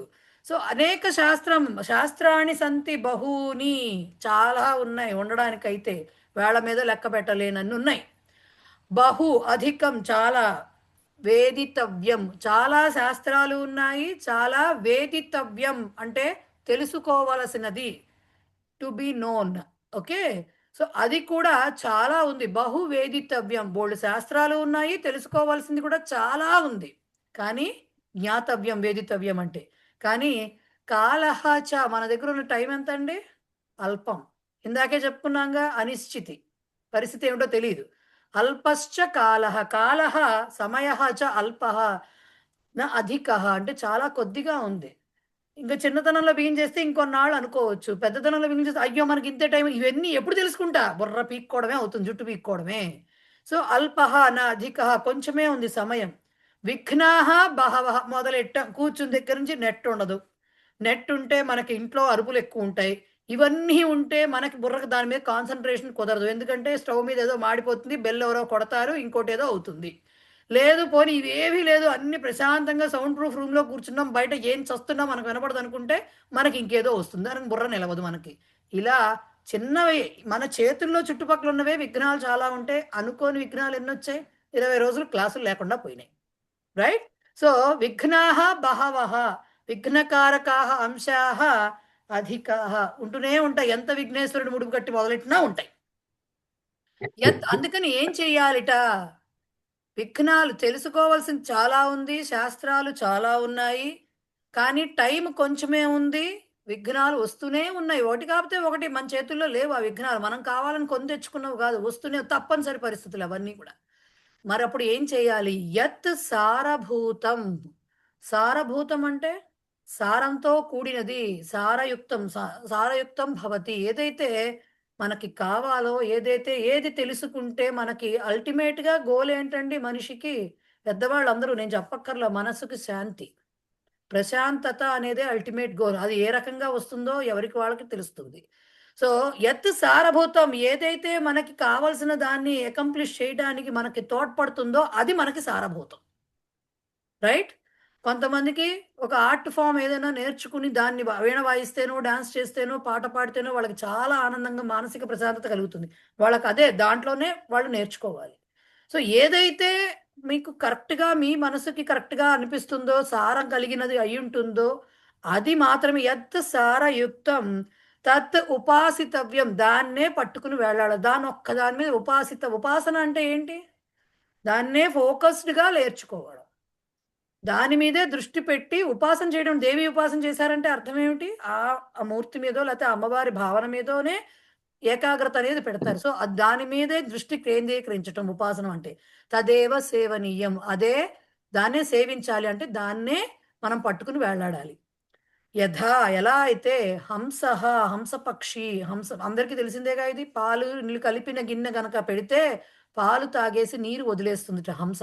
నేనైతే నా కంటితో చూడలేదు, బట్ చిన్నప్పటి నుంచి వింటుంది అయితే అదే, రైట్? సో హంస పక్షి అంబు మధ్యాత్, నీటి మధ్య నుంచి, జల మధ్యాత్, దాని నుంచి క్షీరం స్వీకరోతి తథా, నీళ్లు పాలు కలిపేసి ఉన్నాయి. ఇప్పుడు మనకు కూడా చాలా కలిపేసి పెట్టేశారండి. మన సిలబస్ మొత్తంలో 2 ఏళ్ల పోనీ మిగతా శాస్త్రాలు పక్కన పెట్టండి, 2 years సిలబస్లో మనకి చాలా కంప్లీట్గా కలిపేసి పెట్టారు. అన్ని పరీక్ష పాయింట్ ఆఫ్ వ్యూలో నేర్చుకుని వెళ్తారు. బట్ గుర్తు పెట్టుకునేది ఏముంటుంది? దీని మీదే నేను నేర్చుకోవాలి అనుకునేది ఏముంటుంది? అది కాన్సన్ట్రేట్ చేయాలి. అది మీకు సారభూతం అవుతుంది. ఇది జస్ట్ 2 years సిలబస్ చూసుకుంటే. సో అది ఎట్లా అయితే మనం దాన్ని ఒక్కదాన్ని తీసుకుని మిగతాది వదిలేయాలో, ఎలా అయితే పాలు నీళ్ళ నుంచి పాలు తీసుకుని నీటిని వదిలేస్తుందో, పాలు సారయుక్తం, నీరు సారము లేనిది, అది హంస తీసుకుంటున్నట్టుగా మనం కూడా చెయ్యాలి. ఎందుకు? టైం కొంచెమే ఉంది. బోలెడంత టైం ఉంటే అన్నీ చేసుకోవచ్చు, ఎవరూ ఆపలేదు మనని. బట్ అలాంటి సమయం లేదు కదా, మనిషి అనేవాడి దగ్గర అంత సమయం ఉండదు. అది చెప్తున్నారు అనమాట. సో జాతేన మనుష్యేణ బహూనాం శాస్త్రాణం విషయే యావత్ శక్యతే తావత్ అధ్యేతవ్యం. ఓకే, జాతేన మనుష్యేణ, పుట్టిన మనిషితో బహూనాం శాస్త్రాణం విషయే, ఓకే, అనేక శాస్త్రముల సంబంధించిన విషయంలో యావత్ శక్యతే, ఎంత వీలవుతుందో, తావత్ అధ్యేతవ్యం, అంత చదవబడాలి. ఓకే, చదవబడాలి. తద్విషయే విలంబ న కరణీయ, ఆ విషయంలో ఆలస్యం చేయకూడదట. ఇప్పుడు అనిపిస్తే మొదలు పెట్టేయాలట. యతః కాలః బహు అల్పః, కానీ ఎందుకు? టైం అనేది చాలా తక్కువ ఉంటుంది. అపిచ సత్కార్యాణం విఘ్నాః అపి బహవః భవంతి, అదే కాకుండా మంచి పని మొదలెడదాం అనుకుంటే బోల్డ్ విఘ్నాలు కలుగుతూ, బహువిఘ్నాస్తు కళ్యాణ సిద్ధయ, ఇది ఉంటుంది కదా, సూక్తి కూడా చదివాం. సో అట్లాగా మంచి పనులు చేద్దాం అనుకున్నప్పుడు దానికి చాలా విఘ్నాలు ఎదురవుతూ ఉంటాయి మనకి. యథా కేనచిత్ కవినా ఉక్తం క్షణశః విద్యాం సాధయేత్ ఇతి, క్షణశః కణశశ్చైవ విద్యామర్థం చ సాధయేత్. అలాగా ఒక్క క్షణం కూడా వేస్ట్ చేయకుండా, వ్యర్థం చేయకుండా విద్యను సాధించాలి అని ఎలా అయితే చెప్పబడిందో ఒక కవి చేత, తథైవ కృత్వా శాస్త్రాధ్యయన సమయే అపి, అలాగే చేస్తూ శాస్త్రాధ్యయనం చేసేటప్పుడు కూడాట సారభూతం అతి ప్రధానం, ప్లీజ్ అండర్లైన్, అతి ప్రధానం ఏవ విషయం జ్ఞాతుం అధిక ప్రయత్న కరణీయ. ఏదైతే ఏమంటారు, దాన్ని ఏమని చెప్పాలి, చాలా ఉపయుక్తంగా ఉంటుందో, చాలా దాని ఇది కలిగి ఉంటుందో, అంటే బలంగా ఉంటుంది దానిలో సారం అనేది, అది అతి ప్రధానం, చాలా ముఖ్యమైనదో అలాంటి విషయాన్నే తెలుసుకోవడానికి ఎక్కువ ప్రయత్నం చేయాలి. జలేన మిశ్రితం క్షీరం ఏకస్మిన్ పాత్రే అస్తి చేదపి, పాలు నీటితో కలిసినటువంటి పాలు ఒక గిన్నెలో ఉన్నప్పటికీ, హంస యథా క్షీరమేవ స్వీకరోతి, హంస ఎలా అయితే పాలనే తీసుకుంటుందో, తథా అధ్యయన సమయే అనుపయుక్తః అప్రధానః, ప్లీజ్ అండర్లైన్, అనుపయుక్తః అప్రధానః వా భాగః పరిత్యక్తవ్యః. ఓకే, ఎందుకు చెప్తున్నాను? ఈ వాడికి చాలా మందికి అర్థమై ఉంటుంది. పూర్తిగా కవులు రచయితల గురించి గుర్తొచ్చింది మేడం.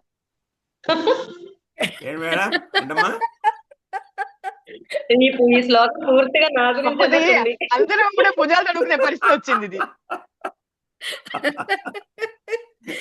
సో ఉపయోగపడనిది అప్రధానమైనది అయిన విషయాన్ని వదిలిపెట్టాలి అని వాళ్ళే చెప్పారు. మనం ఏమీ తప్పు చెయ్యట్లేదు. Yes. అర్థమవుతోందా? ప్రాబ్లం ఏమవుతుంది, మనకి అన్ని గుర్తుపెట్టుకోలేదు కదండి. మనకున్న ఈ కాస్తపాటి బుర్ర అంత ఏకసంథాగ్రాహులు లేకపోతే అలాంటి వాళ్ళు ఎక్కడో ఉంటారు వేళ్ల మీద. ఏకసంథాగ్రాహులు అంటే మళ్ళీ వేరు. ఒకేసారి పట్టేస్తారు. పట్టింది ఎంతసేపు ఉంచుకుంటారు అనేది క్వశ్చన్. వాళ్ళని ఏమంటారో తెలియదు మేడం. అలా అని ఇంపార్టెంట్ క్వశ్చన్స్ ఒకటే చదువుకు వెళ్ళకూడదు. వాళ్ళు అలా చెప్పలేదండో. క్వశ్చన్స్ గురించి వాళ్ళు మాట్లాడాల, విషయం గురించి మాట్లాడారు. ఓకే. అయితే మేడం నాకు దీంట్లోను తథైవ అని ఉంది కదా, చాలాసార్లు వింటూ ఉంటాం. తథా ఏవ వృద్ధి సంధి కదా అది. అవును. నాకు ఇక్కడ తథా అన్న తర్వాత ఇవ అని వచ్చింది అనుకోండి, ఏవ కాకుండా ఇవ అని వచ్చింది అనుకోండి, అప్పుడు ఏం చేస్తాం దాన్ని? ఏం చేస్తారు చెప్పండి? అకారానికి ఈ పరమైంది. ఇప్పుడు ఏం సంధి వస్తుంది? తథేవ అవుతుందా అది? అంతే అవుతుంది. గుణసంధి అవుతుంది. గుణసంధి అవుతుందా? ఖచ్చితంగా. ఓకే, అంతే కదండి. వీళ్ళెందుకో కలపటం లేదండి. చాలా చోట్ల చూసింది నేను, ఈ టెక్స్ట్ లో చూసింది. తథా తర్వాత ఇవా వదిలేస్తున్నారు. అలాగా వాళ్ళ ఇష్టం, అది మన ఇష్టం కాదుగా. టెక్స్ట్ లో జనరల్ గా చూస్తున్నాను నేను. అంటే అలా కాదు. ఇప్పుడు తథేవాకి తథైవాకి ఒక్క మాత్రే డిఫరెన్స్. కన్ఫ్యూజ్ అవుతారు. తథైవ అనేది అందరికి అలవాటు అయిపోయింది. సదైవ తథైవ అలవాటు అయిపోయింది. బట్ తథేవ అనేది అలవాటు అవ్వలేదు, అందుకని సెపరేట్ చేస్తారు. తథైవ అనే చాలా టెక్స్ట్ లో చూశాను నేను అనేక చోట్ల, పర్టికులర్లీ చందమామ అటువంటి వాటిలో. ఆ తథైవ దగ్గర మాత్రం తథైవ అన్నదే ఉంటున్నది. అది okay, right madam. Okay, so అది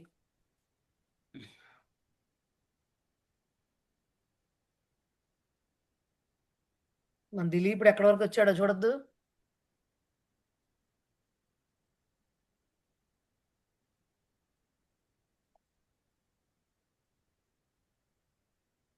సో ఇప్పుడు ఏమైంది? దిలీపుడు ఏం చేశాడు?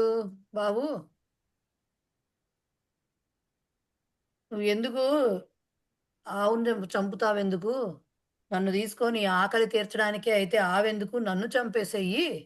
దానివల్ల నన్ను చంపావనుకో చక్కగా ఏమంటారు, హోమధేనువు కూడా రక్షించబడుతుంది. నీ ఆహారము, నీ ఆకలి తీరుతుంది, నీకు ఆహారము నష్టం అవ్వదు. అలాగే హోమధేనువు కూడా ఎటువంటి నష్టము వాటిల్లదు. కాబట్టి ఈ రెండు రకాలుగా కూడా ఉపయోగకరంగా ఉంటుంది. డీల్ డన్ అనుకుందాం మనము, సైన్ చేయ అగ్రిమెంట్ అని చెప్పి తన శరీరాన్ని ఆమిషపిండమివా అట్లాగా ఉపానయత్ సమర్పించాడు. ఎవరికి సమర్పించి శస్త్రాన్ని న్యస్త శస్త్ర చదివాం కదా, మొత్తం శస్త్రాన్ని వదిలిపి, అంటే నేను ఇంకేమీ చేయనని సరెండర్ అయిపోయాడు.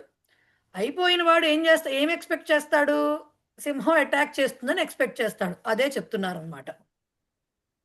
తస్మిన్ క్షణే పాలయితుః ప్రజానాముత్పశ్యతః సింహనిపాతముగ్రం అవాముఖస్యోపరి పుష్పవృష్టి పపాత విద్యాధర హస్తముక్త. ఏం చెప్తున్నారు? తస్మిన్ క్షణే పాలయితుః ప్రజానాముత్పశ్యతః సింహనిపాతముగ్రం అవాంముఖస్యోపరి పుష్పవృష్టి పపాత విద్యాధర హస్తముక్త. తస్మిన్ క్షణే పాలయితుః ప్రజానాం ఉత్పశ్యతః సింహనిపాతం ఉగ్రం అవాంముఖస్య ఉపరి పుష్పవృష్టి పపాత విద్యాధర హస్తముక్త. తస్మిన్ క్షణే, ఎప్పుడైతే ఈయన అన్నీ వదిలేసుకుని ఇంక నేను చచ్చిపోవడమే అని, ఈ శరీరం నాది కాదు అనే ఉద్దేశంతో ఎప్పుడైతే కూర్చున్నాడో అప్పుడు తస్మిన్ క్షణే, ఆ క్షణంలో ప్రజానాం పాలయితుః. పాలయితుః అంటే పాలయిత, పాలయితృ శబ్దం, అది ఋకారాంత శబ్దం పితృశబ్దంలా వస్తుంది. పాలయితుః పితుః లాగా. అంటే పాలయిత అంటే ఎవరు? పాలించేవాని యొక్క అని అర్థం. ఇక్కడ ప్రజానాం ప్రజల యొక్క, పాలించేవాని యొక్క అని అర్థం. ఓకే. ఉత్పశ్యత, ఇది కూడా షష్ఠీ విభక్తి. పైకి చూస్తూ, అంటే పైకి కాదు, యాక్చువల్గా వెయిట్ చేస్తున్నాడు, దానికోసం ఎదురు చూస్తున్నాడు. దేని గురించి ఎదురు చూస్తున్నాడు? సింహనిపాతం ఉగ్రం. ఉగ్రం సింహనిపాతం, చాలా భయంకరమైనటువంటి ఆ సింహం యొక్క అటాక్, ఆక్రమణ కోసం ఎదురు చూస్తున్నటువంటి ప్రజల యొక్క పాలకుడైనటువంటి వాడి యొక్క అని చెప్తున్నారు ఆ క్షణంలో. ఇంకా చెప్తున్నారు అవాంగ్ ముఖస్య. అవాంగ్ అనే మాటకు అర్థం ఏంటంటే తల దించుకుని కిందకి తల అధోముఖంగా ఉండడం అని అర్థం. అవాంగ్ ముఖ అంటే అధోముఖ అని అర్థం. అంటే కిందికి తల, అంటే సరెండర్ అయిపోయిన వాడు ఏం చేస్తాడు, తల ఎత్తి పైకి చూస్తూ ఉండడు కదా, తలకాయ దించుకుని కిందకి నేల చూపులు చూస్తూ ఉంటాడు.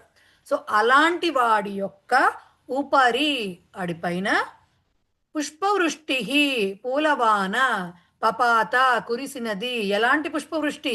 విద్యాధర హస్తముక్త పుష్పవృష్టి. విద్యాధరులను ఉంటారు కదా, సంగీత సాహిత్యాలతోటి డాన్సులతోటి తిరుగుతూ ఉంటారు స్వర్గంలో.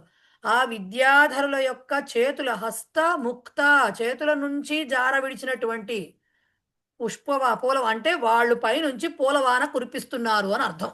వాళ్ళ చేతుల నుంచి జార విడినటువంటి పూలవాన అతని పైన కురిసింది. అతని పైన, ఎవరిపైన? సింహము యొక్క ఆక్రమణను ఎదురు చూస్తున్నటువంటి ప్రజల యొక్క పాలకుడైనటువంటి, తలదించుకుని ఉన్నటువంటి ప్రజాపాలకుడైన దిలీపుని మీద ఓకే పడినదట. సో ఇప్పుడు క్రియాపదం ఏమవుతుంది? పపాత. దానికి తాత్పర్యం చదవద్దు.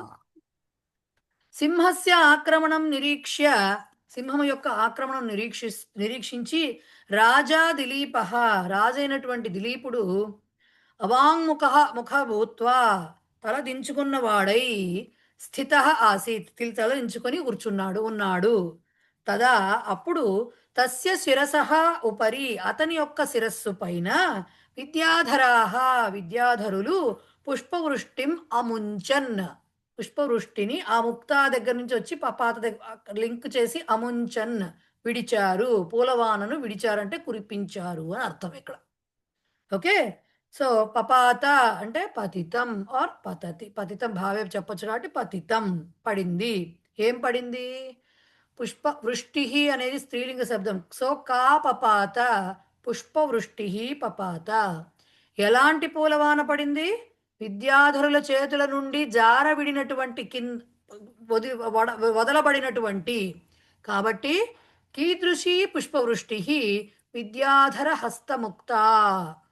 ఓకే.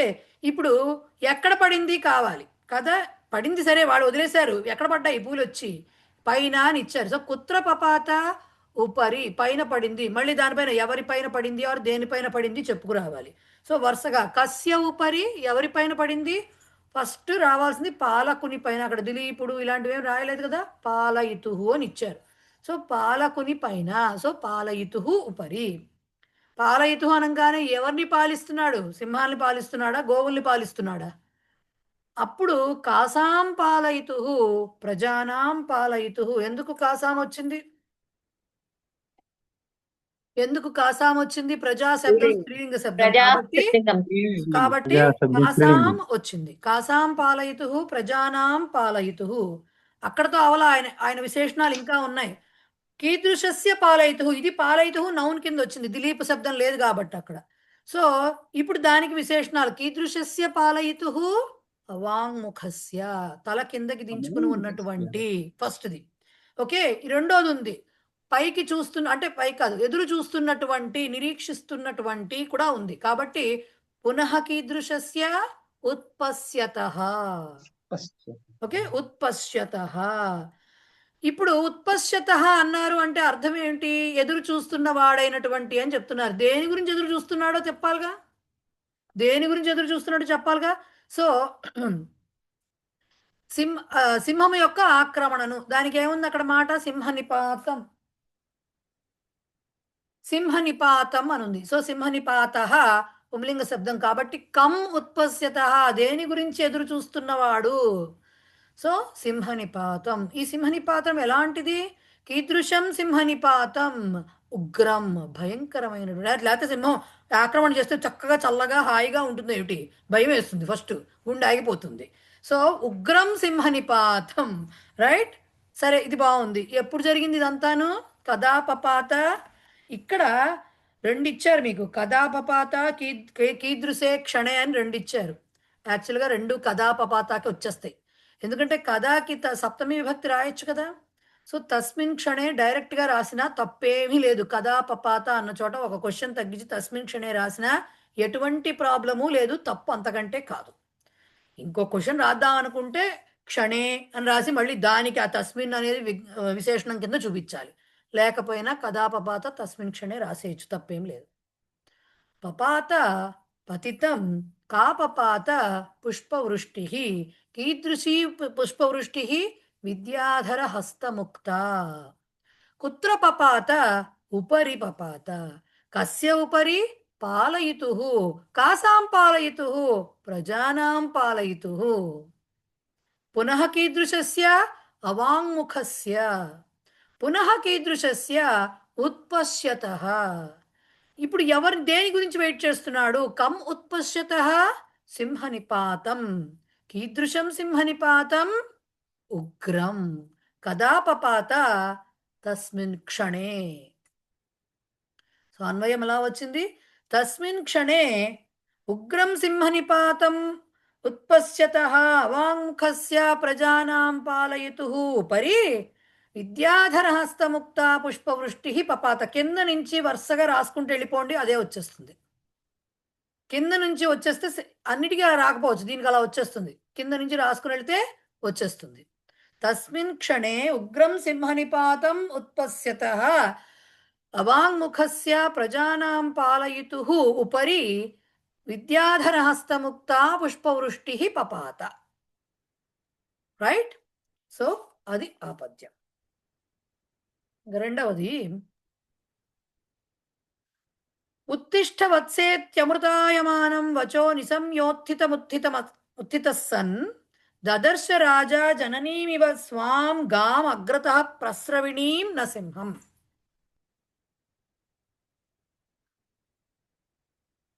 ఉత్తిష్ట వత్సేత్యమృతాయమానం వచో నిశమ్యోత్థితముత్థిత సన్ దదర్శ రాజా జననీమివ స్వాం గాం అగ్రతః ప్రస్రవిణీం న సింహం.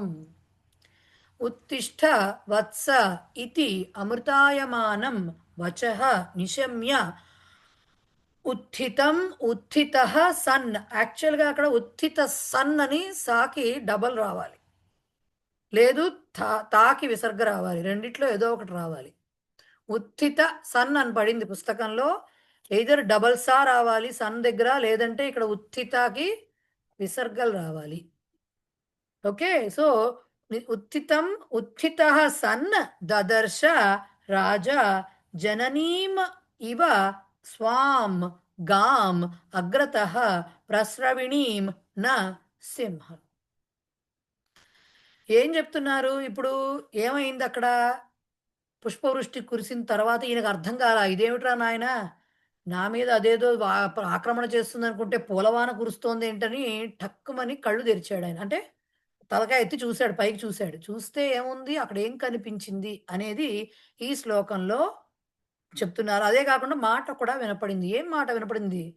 వత్స ఉత్తిష్ట, ఉత్తిష్ట వత్స, కుమార. వత్స అంటే నాయన అని చెప్తామే మనం, అదనమాట. లే, పై ఉత్తిష్ట పైకి లే, ఇతి అనేటటువంటి అమృతాయమానం వచః. వచః నపుంసకలింగ శబ్దం, వచస్సు శబ్దం. సో అమృతాయమానం, అమృతప్రాయమైనటువంటి, అమృతంతో కూడినట్లుగా అంత మధురంగా ఉన్నటువంటి వచః మాటను నిశమ్య విని ఉత్థితం. ఓకే, ఉత్థితం అంటే ఇక్కడ అన్వయంలో లేదు కాబట్టి పదంకి చెప్తాను, చివరికి మళ్ళీ చెప్తాను. ఉత్థితం అంటే బయటికి వెలువడినటువంటి. ఉత్థితం అంటే నుంచోవడమే కాదు, బయటికి రావడం అనే మాట కూడా ఉంది. అలాగే వెలువడినటువంటి. ఉత్థితః సన్ లేచిన వాడై, దదర్శ చూశాడు, రాజా రాజుగారు, జననీం ఇవ తల్లి వలె, స్వాం తన యొక్క తల్లి వలె, గాం ఆవును, అగ్రతః తన ముందు, ప్రస్రవిణీం పాలధారలు కురిపిస్తున్నటువంటి. ప్రస్రవిణీం అంటే స్రవతి అంటే అర్థం ఏంటి? కారడం కదా. సో పాలధారలు కురిపిస్తున్నటువంటి నా సింహం, సింహమును కాదు. అంటే ఏం జరిగింది? ఈయన అలా కూర్చుండగానే పూలవాన పడిన తర్వాత ఆయనకు అర్థం కాని పరిస్థితుల్లో ఉండగానే ఇంకా లేనాయన అనేటటువంటి చాలా తీయని అమృతప్రాయమైనటువంటి మాటను, అమృతప్రాయంగా వెలువడినటువంటి మాటను, ఉత్థితం వచః ఓకే, అమృతప్రాయంగా వెలువడినటువంటి మాటను విని ఈ రాజుగారు పైకి లేచిన వాడై ఏం చూశాడు ఎదురుకుండా? తన ఎదురుకుండాను తన స్వంత తల్లిలాగా పాలధారలు కురిపిస్తున్నటువంటి గోమాతను చూశాడే కానీ సింహాన్ని చూడలేదు అక్కడ. ఓకే, నా సింహం అన్నారు కదా, సింహాన్ని చూడలేదు అనేది దాని తాత్పర్యం. అంటే తను ఎదుర్కొని లేచేసరికి అక్కడ ఆవు కనపడింది కానీ పాలు కారుతున్నటువంటి ఆవు కనపడింది కానీ పాలు స్రవిస్తున్నటువంటి అక్కడ సింహం కనపడలేదు. కానీ మాట వినపడింది, లే నాయన అనే మాట వినపడింది. సో అదే చెప్తున్నారు అనమాట. తస్మిన్ ఏవ క్షణే, ఆ క్షణంలోనే వత్స ఉత్తిష్ట ఇది వచనం దిలీప శృతవాన్ అనే మాటను దిలీపుడు విన్నాడు. తద్వచనం అమృతమివ ఆసీత్, అమృతాయమానం వచః నిశమ్య, ఉత్థితం అమృతాయమానం వచః నిశమ్య. అంటే ఆ వచనం, ఆ మాట చాలా అమృతప్రాయంగా, చాలా తీయగా, మధురంగా ఉందట. తతః అక్కడి నుంచి ఏమైంది? దాంతో అతడు దిలీప ఉత్థితవాన్, లేచి నుంచున్నాడు. ఉత్థిత సన్ అక్కడ వచ్చింది అది. అగ్రతో పశ్యత్, అగ్రత అపశ్యత్. అగ్రత అనే మాట దాంట్లోనే ఉంది. దదర్శ, చూశాడు. ఏం చూశాడు? ఆశ్చర్యం. ఆ మాట అక్కడ ఇవ్వాలి ఆ శ్లోకంలో, బట్ మన ఎక్స్ప్లెనేషన్ అనమాట. ఆశ్చర్యపోయాడు. ఎందువల్ల? తత్ర సింహ నాస్తి, అక్కడ సింహం లేదు. మరి ఏముంది? దుగ్ధం శ్రావయంతీం నందినీమేవ రాజా అపశ్యత్, అక్కడ పాలను ఇస్తున్నటువంటి నందినిని మాత్రమే, ధేనువుని మాత్రమే రాజుగారు చూశాడు. ధేన్వాహ దర్శనం తస్య స్వమాతృదర్శనమివ ఆసీత్, అతనికి దాన్ని చూడంగానే తన తల్లిని చూసినట్లుగా అలాంటి అనుభూతి కలిగింది. తన తల్లి యొక్క దర్శనము వలె అనిపించింది. ఓకే, ఇది దాని యొక్క తాత్పర్యం. అయితే ఇక్కడ మిగతావన్నీ ఎట్లా జరిగింది, ఆ సిచ్యుయేషన్ అంతా పక్కన పడితే ఇక్కడ చూశాడు, చూడలేదు, రెండు క్రియాపదాలు. ఆ దదర్శాన్ని కింద చివరిలో నా సింహం అన్న చోట కూడా నా దదర్శ అని చెప్పుకోవాలి. ఆ దదర్శాన్ని ఇక్కడ కూడా తెచ్చుకోవాలి. కాబట్టి ఒకటి దదర్శ చూశాడు, రెండవది చూడలేదు. ఆవుని చూశాడు, సింహాన్ని చూడలేదు, రెండు. కాబట్టి దదర్శతో ఒక వాక్యం వస్తుంది, నా దదర్శతోటి రెండవ వాక్యం వస్తుంది. ఫస్ట్ దదర్శతోటి చెప్పుకుంటూ వస్తే, దదర్శ అంటే అపశ్యత్, చూశాడు. ఎవరు చూశారు? కహ దదర్శ, రాజా. అక్కడ దిలీప అని ఇవ్వలేదు, సో రాజా అన్నారు. ఇక్కడ ఎలాంటి పరిస్థితుల్లో విన్నాడు అతను? ఎలాంటి వాడై విన్నాడు అంటే నిలబడిన వాడై. ఓకే, ఉత్థిత సన్ అన్నారు కాబట్టి దానికి ఎట్లా అవుతూ అన్నారు కాబట్టి ఎట్లాంటి వాడై విన్నాడు అంటే కథం భూత అని అందుకు ఇచ్చారు వాళ్ళు. ఓకే, కథం భూత ఎందుకు ఇచ్చారు? ఎలా అవుతూ విన్నాడు? ఉత్థిత సన్, నిలబడిన వాడై విన్నాడు. ఆ మాట వినమనగానే కూర్చున్న వాడు కాస్త లేచి నుంచున్నాడు, ఉన్న పళాన లేచి నుంచున్న వాడై. సో అట్లా అవుతూ విన్నాడు కాబట్టి ఎట్లా అవుతూ అన్న క్వశ్చన్ వచ్చింది. కథం భూత ఉత్థిత సన్. ఇప్పుడు మనం ఎక్కడి నుంచి వస్తున్నాము? దదర్శ దగ్గర నుంచి వస్తున్నాం కాబట్టి సరే, ఎవరు చూశారు, దానికి ఎట్లా చూశాడు, ఎట్లా అయ్యి చూశాడు అని చెప్పేసుకున్నాం. ఇప్పుడు దేన్ని చూశాడో చెప్పాలి, కర్మపదం. సో కామ దదర్శ, దేనిని చూశాడు? కామ్ అని ఎందుకు వాడాము? గో శబ్దంలో ఇక్కడ స్త్రీలింగ శబ్దం వాడుతున్నాం కాబట్టి కామ్ వచ్చింది. గామ్, ఆవుని చూశాడు. ఇప్పుడు ఈ ఆవు ఎట్లా ఉంది? ప్రస్రవిణీం. కీదృశీం గాం? ప్రస్రవిణీం, కురిపిస్తున్నటువంటి, ఇస్తున్నటువంటి, పాలను ఇవ్వడం అని అంటాం కదా మనం, స్రవిస్తున్నటువంటి, అలా చెప్పుకోవచ్చు, స్రవిస్తున్నటువంటి. ఓకే, ఇప్పుడు అటువంటి ఆవును చూశాడు. దీన్ని ఎలా చూశాడు ఆయన? దేనిలాగా అనిపించింది దాన్ని చూడంగానే? సో కామ్ ఇవ దదర్శ స్వాం జననీం ఇవ, అక్కడ స్వాం పడలేదు, అది కూడా రాసుకోండి. స్వాం జననీం ఇవ, తన తల్లి వలె చూశాట. కామ్ ఇవ దదర్శ స్వాం జననీం ఇవ దదర్శ. ఓకే, బాగుంది. ఎవరు చూశారు? ఎలా అయి చూశాడు? దేని చూశాడు? దేనిలాగా చూశాడు? రెండు అన్నీ అయిపోయినాయి. ఇప్పుడు ఇంకా ఏం జరిగింది అక్కడ? ఆ చూసే ముందర ఏం చేసి చూశాడు ఆయన? ఎందువల్ల లేచి నుంచున్నాడు అసలు? ఓ మాటను విని కదా. సో కిం కృత్వా దదర్శ, ఏమి చేసి చూశాడు?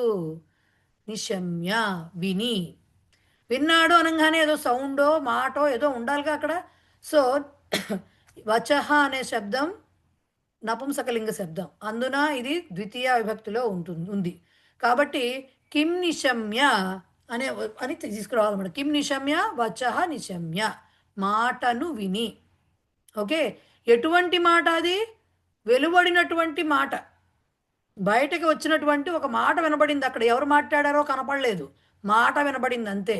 సో ఉత్థితం అనేది దీనికి వచఃకి విశేషణం అవుతుంది. కాబట్టి కీదృశం వచః, ఉత్థితం వచః. ఓకే, ఉత్థితం వచః.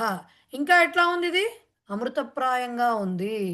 కాబట్టి పునః కీదృశం అమృతాయమానం ఉత్థితం వచః, రెండు దానికి విశేషణాలు అనమాట. ఉత్థితం అనేది, అమృతాయమానం అనేది. సరే, ఏమని?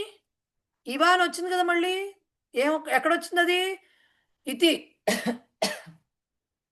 కాబట్టి కిం ఇతి వచః, ఏమనే మాట, ఆ మాట ఏమిటో చెప్పాలి కదా, కోట్స్లో ఉన్నది చెప్పాలి. సో కిం ఇతి వచః వత్స ఉత్తిష్ట ఇతి, ఉత్తిష్ట వత్స ఇతి అనేది రాసుకోవాలి. అక్కడ లేనాయన అనే మాటను అని వెలువడినటువంటి మాటను విని అని అర్థం అనమాట.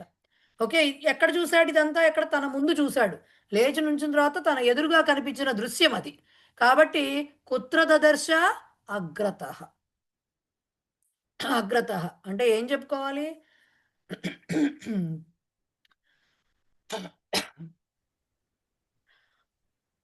లేనాయన అనేటటువంటి, తెలుగులో చెప్పుకుంటే లేనాయన అనేటటువంటి మాటను వెలువడినటువంటి మధురమైన వాక్కును విన్నటువంటి, ఓకే, విన్నటువంటి ఎట్లాంటి వాడినా విని లేచినటువంటి ఈ రాజుగారు ఎవరైతే ఉన్నారో, ఈ రాజుగారు తన ఎదురుగా అంటే అగ్రతః ఎదురుగా తన తల్లి వలె పాలధారలను కురిపిస్తున్నటువంటి, పాలను స్రవిస్తున్నటువంటి ఆవుని చూశాడు. ఇది వాక్యం. ఎట్లా వచ్చింది అప్పుడు? అది ఎలా వచ్చింది? ఉత్తిష్ఠవత్స ఇది ఉత్థితం. దీనికి అన్వయం నేను చెప్తున్నానండి. ఉత్తిష్ఠవత్స, ఇంట్రెస్ట్ ఉంటే రాసుకోవచ్చు, లేదంటే లేదు. ఉత్తిష్ఠవత్స ఇది ఉత్థితం అమృతాయమానం వచః నిశమ్య స్వాం జననీం ఉత్తిష్ఠవత్స ఇది ఉత్థితం అమృతాయమానం వచః నిశమ్య ఉత్థితః సన్ రాజా. ఓకే, రాజా ఉత్థితః సన్ రాజా అగ్రతః అక్కడ రాసుకోవాలి. అగ్రతః ప్రస్రవిణీం గాం స్వాం జననీం ఇవ దదర్శ. ఓకే, అర్థమైందా? మళ్ళీ సన్ ఎందుకు వచ్చిందండి? ఉత్థిత సన్లో సన్ ఎందుకు వచ్చింది? జస్ట్ ఉత్థిత అనేది లేచి నిలబడ్డాడు, లేచి నిలబడిన వాడై అని చెప్పాలి కాబట్టి వచ్చింది. ఓకే, మళ్ళీ చెప్తున్నా. స్వాం జననీం అని వచ్చి తర్వాత ప్రస్రవణీయం గామని వస్తే అవ్వచ్చు, తప్పేం లేదు. స్వాం జననీమివ ప్రస్రవణీయం గాం దదర్శ. కానీ అలా కాదు. అప్పుడు అర్థం ఎలా వస్తుందంటే తల్లి వలె పాలను స్రవిస్తున్న అనేకంటే స్రవిస్తున్నటువంటి ఆవును చూసేసరికి ఆయన మదిలో తల్లి గుర్తొచ్చింది. సో అదే చెప్పడం బాగుంటుంది కదా, యాక్చువల్గా తప్పని కాదు, చెప్పడం అలా బాగుంటుంది, అలా అన్వయం చెప్పుకోవడం బాగుంటుంది. కాబట్టి ఉత్తిష్ఠవత్స ఇది ఉత్తిష్ఠవత్స ఇది ఉత్థితం అమృతాయమానం వచః నిశమ్య ఉత్థితః సన్ రాజా. ఓకే, లేకపోతే రాజా ఉత్థితః సన్ ఏదైనా పర్వాలా.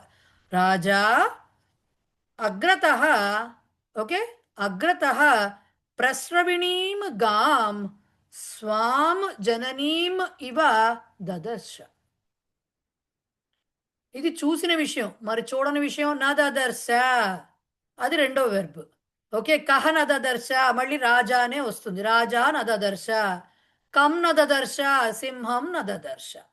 అయిపోయింది వాక్యం. ఓకే, సో ఇది దానికి సంబంధించినటువంటి వాక్యం. తాత్పర్యంలో చివరికి అముంచన్ అని ఒక శబ్దం వచ్చింది కదా, ముంచతి ముంచత ముంచంతి, దానికి సంబంధించింది అంతే, దానికి సంబంధించింది. రైట్.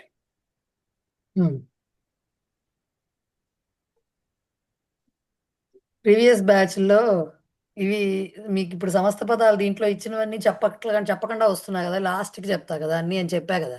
అన్నీ అర్థమైన తర్వాత అంత లెసన్స్ అయితే చివరికి చెప్తానన్నా కదా. కానీ ప్రీవియస్ క్లాసెస్లో అలా చేయలేదు. ఎక్కడికాడ సమస్త పదాలు కూడా చెప్పుకుంటూ వెళ్ళాను. వాళ్ళందరికీ చాలా ఆనందకరమైన విషయం ఏంటంటే, సమాసహ అనే చోట అస్మిన్ పద్యే సమస్త పదాని నసంతి అనే వాక్యం చూడంగానే మొహాలు వెలిగిపోయాయి ఒక్కళ్ళకి. ఎందుకంటే పూర్తిగా సమాసాల అవగాహన రాకుండా వాటి చెప్తుంటే పాపం అర్థమయ్యి అర్థం కాక గందరగోళం పడిపోయేవాళ్ళు. దాంతో ఆ వాక్యం చూడగా అమ్మయ్య మేడం దీంట్లో సమాసాలు లేవనేవారు. అలా right. Okay, recording. Okay, next ఏం జరిగింది అనేది చెప్తున్నారు. ఆయన లేచి నుంచున్నాడు. ఇదేమిటి ఈ మాట వినిపించింది, ఈ మనిషి ఎక్కడి నుంచి వస్తుంది ఈ మాట, అసలు సింహం ఏమైపోయింది, నా మీద సింహం దాడి చెయ్యాలి కదా, సింహం ఏమైపోయింది, ఇదేదో కనపడుతోంది, ఆ ఒక్కటే కనపడుతోందని అనుకుంటూ ఉండగా అనుకుని ఆశ్చర్యపోతున్నాడు. ఆ టైంలో ఏం జరిగింది అంటే, తం విస్మితం ధేనురువాచ సాధో, తం విస్మితం ధేనురువాచ సాధో మాయాం మయోద్భావ్య పరీక్షితోసి, మాయాం మయోద్భావ్య పరీక్షితోసి ఋషిప్రభావాన్ మయి నాంతకోపి ప్రభుః ప్రహర్తుం కిముతాన్య హింస్రాః, కిముతాన్య హింస్రాః. ఏమంటున్నది? తం విస్మితం ధేనురువాచ సాధో మాయాం మయోద్భావ్య పరీక్షితోసి ఋషిప్రభావాన్ మయి నాంతకోపి ప్రభుః ప్రహర్తుం కిముతాన్య హింస్రాః. అంటే ఫస్ట్ పదవిభాగం చూస్తే, న తం విస్మితం ధేనుః ఉవాచ సాధో మాయాం మయా ఉద్భావ్య పరీక్షితః అసి. ఓకే, పరీక్షితః అసి ఋషి ప్రభావాత్ మయి న అంతకః అపి, న అంతకః అపి ప్రభుః ప్రహర్తుం కిముత అన్య హింస్రాః. ఏం చెప్తున్నారు? తమ్ విస్మితం, అలా ఆశ్చర్యపోయినటువంటి దిలీపుని ఉద్దేశించి ధేనుః ఉవాచ, ఆవే చెప్పిందిట. ఏం చెప్పింది? సాధో, సాధువు అంటే అర్థం ఏమిటి? కాషాయ వస్త్రాలు కట్టుకున్న సాధువులు అని మనం భాషలో మాట్లాడుకునేది కాదు కదా, సజ్జనుడు అని అర్థం. సో సజ్జనుడేమో మంచివాడైన దిలీపుడా అని మామూలుగా తెలుగులో మనం పిలవం, కానీ అక్కడ పిలిచారన్నమాట సంస్కృతంలో సాధో అని చెప్పి. మాయాం, మాయను, మయా ఉద్భావ్య, నా చేత ఉద్భవింపజేసి, అంటే నా చేత కలిగింపజేసి పరీక్షితః అసి, నీవు పరీక్షించబడినావు. అంటే కర్మని తీసేసి స్ట్రైట్ గా మాట్లాడుకుంటే, నేనే మాయను సృష్టించి నిన్ను పరీక్షించాను అని చెప్పడం అన్నమాట. మాయాం మయా ఉద్భావ్య త్వం పరీక్షితః అసి, నా చేత మాయను సృష్టించబడి నీవు పరీక్షితుడవైనావు, అంటే పరీక్షించబడిన వాడవయ్యావు. ఋషి ప్రభావాత్, నందినిధేను ఎవరికి చెందిన ఋషి? వశిష్ఠ మహాముని. సో ఆయన ప్రభావము వలన, ఆయన ఆశీర్వాద బలము చేత మయి, నా యందు ఆతంకః, నా ఆతంకః అపి, ఆతంకః అంటే అర్థం ఏంటి? సారీ, అంతకః, నా అంతకః అపి. ఆతంకః ఏంటి? అంతకః అంటే అంతం కరోతి ఇది అంతకః అంటే మృత్యువునిచ్చేవాడు. ఎవరు? యముడు. అంతకః అంటే యమధర్మరాజు. సో నా అంతకః అపి, యముడు కూడా ప్రభుః ప్రహర్తుం అంటే, నా ప్రభుః చెప్పుకోవాలి అక్కడ. ప్రహర్తుం అంటే దాడి చేయుటకు, నా మీద దాడి చేయుటకు, లేదంటే నాకు హాని కలిగించుటకు. ప్రభుః నా అంటే ప్రభుః అనే పదానికి అర్థం సమర్థః అనే మాట ఉంది. సమర్థుడు కాడు అంటే ఋషి ఆశీర్వాదం తోటి, ఋషి ప్రభావం వలన నన్ను అటాక్ చేయడానికి యమధర్మరాజు కూడా వెనకాడతాడు, వాడికి కూడా చేత కాదు. యముడికి కూడా నాకు హాని కలిగించుటకు చేత కాదు, చేతకాని వాడు అని చెప్పడం. ఇంకా యముడికే చేత కానప్పుడు అన్య హింస్రాహ అంటే, హింస్రా అంటే ఆ పదానికి అర్థం ఏంటంటే వైల్డ్ యానిమల్స్, క్రూర జంతువులు. హింస్రాహ అంటే క్రూర జంతువులు అని అర్థం. సో ఈ మిగిలిన అన్య హింస్రాహ అంటే ఇంకా మిగిలిన క్రూర జంతువుల మాట కిముత చెప్పేదేముంది? కిముత అనే పదానికి కూడా చాలా అర్థాలు ఉంటాయి. ఇక్కడ ఇక దానికి చెప్పేదేముంది? ఇంకా యమధర్మరాజే నన్నేమీ చేయలేడు. ఎందుకు? వశిష్ఠ ముని వారి ఆశీర్వాదం వల్ల. అలాంటిది ఆఫ్టర్ ఆల్ మిగతా జంతువులు ఏవైతే ఉన్నాయో అవి నాకెలా హాని తలపెట్టగలవు? అవి పెట్టలేవు. వాటి గురించి చెప్పేది ఏముంది? వాటి సంగతి చెప్పనే అక్కర్లేదు. సో ఇక్కడ ఈ హింస్రహ ఎక్కడికి వర్తించింది? సింహము. ఆఫ్టర్ ఆల్ ఒక సింహం నన్నేం చేస్తుంది అని చెప్పడం అనమాట. రైట్? అదనమాట విషయం. సో సింహం అపశ్యన్ పుష్పధారాం చ అనుభవన్ దిలీప ఆశ్చర్యచకిత అభవత్. ఇక్కడ అపశ్యన్ అంటే న పశ్యన్, సింహమును చూడక. సింహం న పశ్యన్, అపశ్యన్ అయింది అది. సింహమును చూడక, అట్లాగే పుష్పధారాంచ అనుభవన్, పైనుంచి పూలవాన కురుస్తూనే ఉంది, ఇంకా ఆగలేదు. అంటే ఇవన్నీ మనకు చెప్పుకోవడానికి చాలా టైం పడుతుంది, కానీ క్షణకాలంలో జరిగిపోయిన ఘటనలు ఇవన్నీ కూడా కదా. సో పుష్పముల వానను కూడా అనుభవిస్తున్నటువంటి దిలీపుడు ఆశ్చర్యపోయాడు, ఏమిటి జరుగుతోంది ఇక్కడ అని. తాదృశం తం ఉద్దిశ్య విస్మితం తం, అటువంటి అతనిని ఉద్దేశించి ధేనుహు వదతి, ఆవు చెప్తోందిట, రాజన్, ఓ రాజా, బుద్ధిపూర్వకం అంటే ఇంటెన్షనల్లీ, నాకు తెలిసి, కరెక్ట్, నాకు కావాలనే అంటామే మనం, అదనమాట. అహమేవ త్వాం పరీక్షితవతి, నిన్ను నేనే పరీక్షించాను అంటే మాయాం ఉద్భావ్య అని వచ్చింది. సింహ మాయా నిర్మిత న వాస్తవ, అది వర్చువల్, అది నా మాయ చేత మాయాం ఉద్భావ్య అంది కదా, నా మాయ చేత నిర్మించబడిన సింహం అది, అంతేగాని అది నిజమైన సింహము కాదు. భగవాన్ వశిష్ఠ మాం అతిశయేన అనుగ్రహీతవాన్ అస్తి, అతిశయన చాలా ఎక్కువగా అనుగ్రహించాడు. ఎవరు? భగవంతుడైనటువంటి వశిష్ఠుల వారు నా మీద చాలా అనుగ్రహం కలిగి ఉన్నాడు. అది ఏం చెప్పారు? ఋషి ప్రభావాత్ అని వచ్చింది కదా, దానికనమాట. తస్య అనుగ్రహ అస్తి ఇది కారణత, ఆయన అనుగ్రహం అంత ఉంది అనే కారణం వలన సాక్షాత్ యమః అపి అంతకః అపి, సాక్షాత్ యమధర్మరాజు కూడా మాం హంతుం అసమర్థః న ప్రభుః, నన్ను చంపుటకు అసమర్థుడు. ఏతే ప్రాణినః కిం వా కర్తుం శక్నుయుః కిముత అనే దానికి అంత అర్థం ఉంది. ఈ ప్రాణులన్నీ కూడా కిం వా కర్తుం శక్నుయుః, ఏం చేయడానికి అవి ఏం చేయగలవు? సాక్షాత్తు యమధర్మరాజే నన్ను ఏమి చేయలేనప్పుడు ఇవి మాత్రం ఏం చేయగలవు అని ఆవు చెప్పిందనమాట మన దిలీపుడితోటి. ఇక్కడ ఉవాచ ఉంది, పరీక్షిత అసి ఉంటుంది, అలాగే ప్రభువు న ప్రభువు అన్న చోట అస్తి ఆర్ నాస్తి ఇలాంటివి పెట్టుకోవాల్సి వస్తుంది. నా ప్రభువు అంటే నా అస్తి, ప్రభువు అస్తి అని క్రియాపదం పెట్టుకోవాల్సి వస్తుంది. కాబట్టి 3 వాక్యాలు మనకి ఇక్కడ వస్తాయన్నమాట. ఫస్ట్ది ఏంటి? ఉవాచ. ఉవాచ అంటే ఉక్తవతి. ఎందుకు? ధేనుర్ ఉవాచ అన్నారు కాబట్టి స్త్రీలింగంలో చెప్పేశారు ఉక్తవతి అని. సో కా ఉవాచ ధేనుహు ఉవాచ, ఎవరిని ఉద్దేశించి చెప్పింది? తం ఉవాచ అన్నారు. కం ఉవాచ తం ఉవాచ, ఎట్లాంటి అతను? విస్మితం, ఆశ్చర్యపోయినటువంటి అతన్ని ఉద్దేశించి చెప్పింది కాబట్టి కీదృశం తం విస్మితం, అక్కడ ఫస్ట్ వాక్యం అయిపోయింది. ఓకే, ఫస్ట్ వాక్యం అయిపోయింది.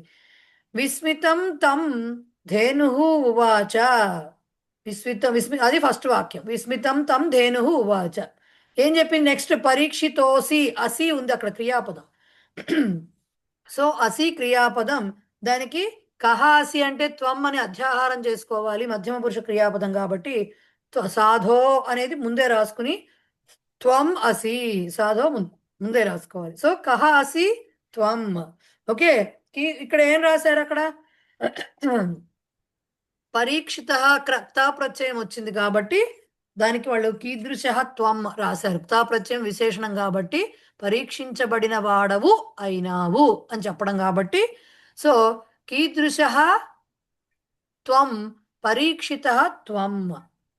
ఎట్లా పరీక్షించిందిట? కిం కృత్వా పరీక్షిత, ఏం చేసి పరీక్షించింది? ఒకటేదో కలిగించి, ఉద్భావ్య ఒకదాన్ని సృష్టించి.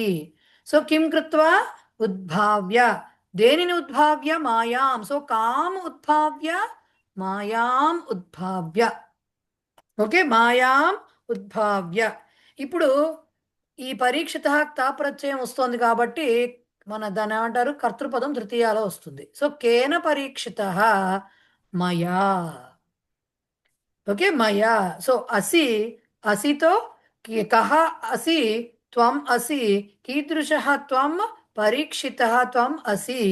ఓకే, కిం కృత్వా పరీక్షితః ఉద్భావ్య కాం ఉద్భావ్య మాయాం ఉద్భావ్య. రైట్. సో కేన ఉద్భావ్య మయా, ఇక్కడ కయా ఉద్భావ్య అని రాసినా తప్పులేదు, ధేను కదా చెప్తున్నది. సో కయా రాసినా తప్పులేదు. బట్ ఈ మయా శబ్దం దేనికి సంబంధించింది? అస్మత్ శబ్దం. సో అస్మత్ శబ్దం త్రిలింగక. సో దేంట్లో అయినా క్వశ్చన్ వేయచ్చు, తప్పులేదు. ఆల్రెడీ డౌట్లు కనిపిస్తున్నాయి నాకు ఫేసులో, అందుకని చెప్పేశారు. సో కేన ఉద్భావ్య కయా ఉద్భావ్య ఏది రాసినా అక్కడ కరెక్టే. సో మయా ఉద్భావ్య. సో మయా మాయాం ఉద్భావ్య పరీక్షితః అసి, ఇది రెండవ వాక్యం అయింది. ఫస్ట్ వాక్యం ధేను తం విస్మితం ఉవాచ. ఓకే, రెండవ వాక్యం మాయాం ఉద్భావ్య మయా పరీక్షితః అసి, రెండవ వాక్యం అయింది. మూడవ వాక్యం చెప్పుకుంటూ వస్తున్నారు ఏంటి? ప్రభుః న ప్రభుః అంటే నా ప్రభుః అస్తి అని చెప్పుకోవాలన్నమాట. దానికి అర్థం ఏంటి? సమర్థః న అస్తి, నా సమర్థః అస్తి. ప్రభుః అంటే సమర్థః. ఎవరు? కహ న ప్రభుః, ఎవడు సమర్థుడు కాడిక్కడ? అంతకః అపి, యమధర్మరాజు కూడా సమర్థుడు కాడు. అంతకః అపి సమర్థః న అస్తి, అంతకుడు కూడా సమర్థుడు కాడు. దేనికి సమర్థుడు కాడు? ఏం చేయటానికి అంటే కిమర్థం అని ఇవ్వలేదు కదా, కిం కర్తుమ్ వాడాలి అక్కడ. ఎందుకు? ప్రహర్తుం, తుమున్నంతం ఇచ్చారు. సో కిం కర్తుం సమర్థ ప్రభుః అంటే ప్రహర్తుం. ప్రహర్తుం ఎప్పుడైనా గుర్తుపెట్టుకోండి, దాడి చేయటం, హాని చేయటం, అటాకింగ్, ఎస్పెషల్లీ అటాకింగ్ ఏదైతే ఉందో అది జరగడం అంటే ఎవరి మీదైతే జరుగుతుందో ఆ వాళ్ళ బాడీకి కావచ్చు, బాడీ పార్ట్ కావచ్చు, వాళ్ళకి సంబంధించిన శబ్దానికి కావచ్చు, దానికి సప్తమి విభక్తి రావాలి. కేశేషు గృహీత ఇవ కేశేషు, గుర్తుందా? గృహీత ఇవ కేశేషు ధర్మం సమాచరేత వస్తుంది అక్కడ. మృత్యునా ధర్మం ఆచరేత వచ్చిందా అక్కడ? సో అక్కడ కూడా చెప్పాను, అప్పుడు కూడా కేశేషు గృహీత అంటే ఎక్కడైతే మనం అలా మన శరీరానికి హాని కలిగించే ప్రయత్నం జరుగుతుందో అక్కడ సప్తమి రావాలి, ఇది గుర్తుపెట్టుకోండి. సో ఇక్కడ మయి అని చెప్పి అందుకొచ్చింది.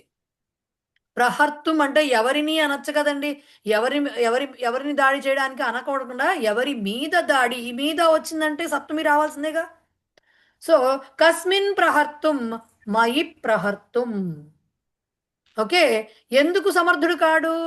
ఎందువలన అతడు అసమర్థుడు? యమధర్మరాజు ఎందువల్ల అసమర్థుడు? ఋషి ప్రభావం కారణంగా.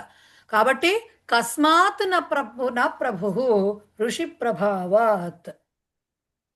ఓకే, ఋషి ప్రభావాత్. ఇక్కడ కిముత అనే దానికి చూడండి ఏం మీనింగ్ రాశారో. నా ప్రభవంతి అంటే పుట్టలేదు అంటే యమధర్మరాజుకే సాధ్యం కానప్పుడు ఇవి ఏమి చేస్తాయి అన్నప్పుడు వేరే జంతువులు అలాంటివి లేవు అని చెప్పడానికి ఉద్దేశంగా నా ప్రభవంతి అనే మాట ఇచ్చారు. ఒకవేళ అలా రాయలేరు, అలా గుర్తుకు లేదు అనుకోండి, కిముత అనే దానికి కిం వక్తవ్యం అని కూడా రాయొచ్చు.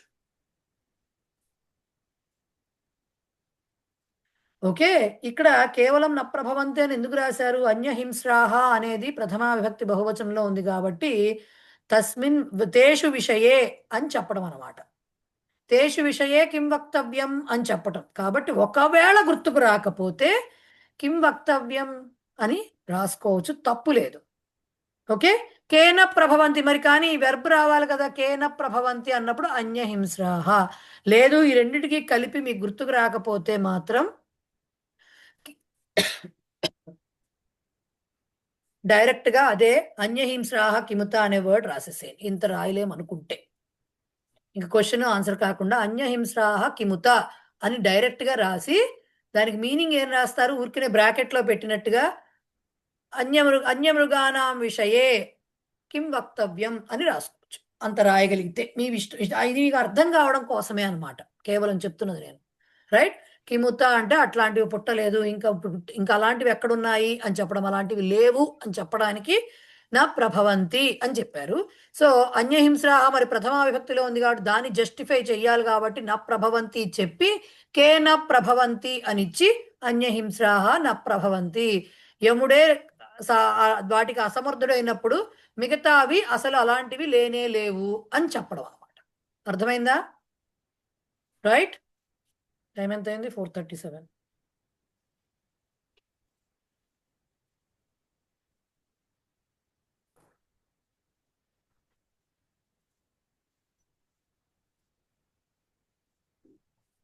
ఇది అసెండింగ్ ఎక్సర్సైజ్ తీయండి ఒకసారి.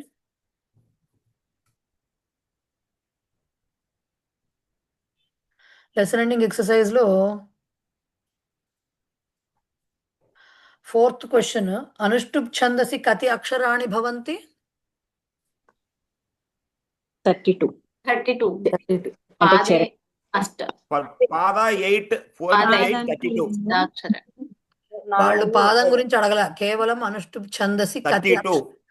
అలాగే రాస్తారా? అలాగే రాస్తారా? ద్వాత్రింశత్. ఓకే. అక్షరాన్ని సంతి. నెక్స్ట్ అక్షరాన్ని భవంతి. దిక్పాలకాహ, దిక్పాలాహ, దీనికి విగ్రహవాక్యం ఎట్లా రాస్తారు?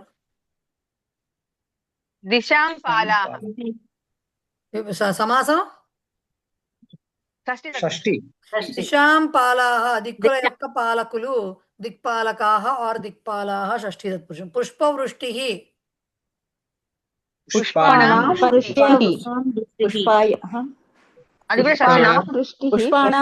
పుష్పాణం వృష్టి పుష్పవృష్టి షష్ఠీ తత్పురుషం. దశకంఠనీత. ఇది అర్థం కాలేదు.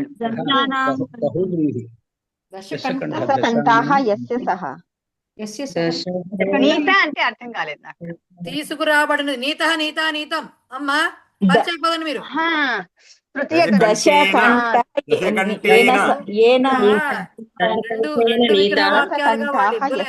రాసేటైతే రాసుకోవచ్చు. దశకంఠాహ యస్య సహ దశకంఠః, 10 తలకాయలు ఉన్నవాడు.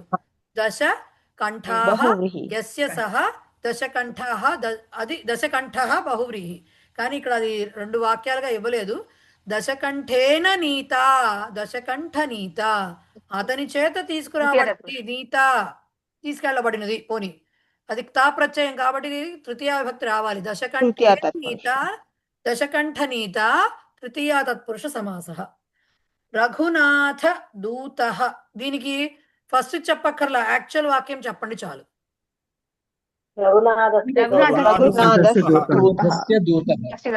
రఘునాథస్య దూతః, రఘునాథ దూతః షష్ఠీ తత్పురుషం. ఒకవేళ రాయాలంటే రఘూణాం నాథః, రఘునాథ, గురుణాం లాగా రఘూణాం నాథః, రఘునాథ, రఘునాథ, అది కూడా షష్ఠీ తత్పురుషమే అవుతుంది.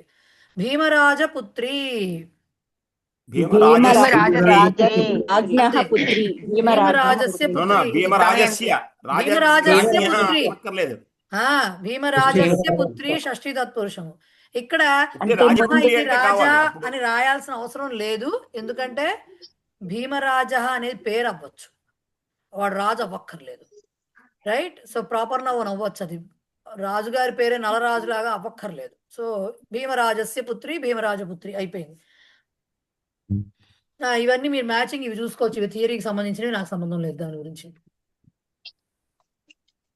10th lesson exercise. తద్దితాంతాల్లో ఒక చిన్న డౌట్ మేడం, చెప్పండి. ఇప్పుడు కురు అంటే మామూలుగా బయటికి కురువంశంలో వాళ్ళే కదా అర్జునులు, పాండవులు కూడా. అర్జునుని కూడా కురువంశే జాతః అని చెప్పొచ్చా? చెప్పొచ్చు. కౌరవుల వాళ్ళందరూ కౌరవులే, బట్ సెపరేట్ చేశారు ఫస్ట్ నుంచి కూడా. వీళ్ళ 5గురిని సెపరేట్ కాబట్టి ధాతరాష్ట్రులు, పాండవులు అంతే. ధాతరాష్ట్రులు విడిగా, పాండవులు విడిగా. మనం మామూలుగా ధాతరాష్ట్రస్య పుత్రాహ అని చెప్పు, అందరినీ కలిపి అప్పుడు అందరూ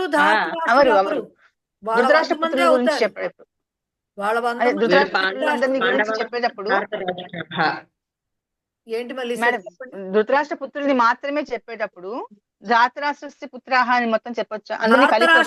కాదు, ధృతరాష్ట్రస్య పుత్రాహ, అందరినీ కలిపి ఒకేలాగా చెప్పొచ్చు.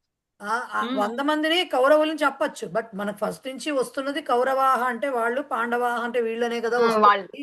బట్ మన పురాణంలో వచ్చేస్తుంది. అవును. కురువృద్ధులు కురువృద్ధ బాంధవులు అన్న చోట కురువృద్ధులు అంటే భీష్ముడు వీళ్ళందరూ ఒక్క కౌరవులకేనేంటి, వీళ్ళకి కూడా కదా, అందరికీ కురువంశమే, అది మొత్తం వంశమే కురువంశమే.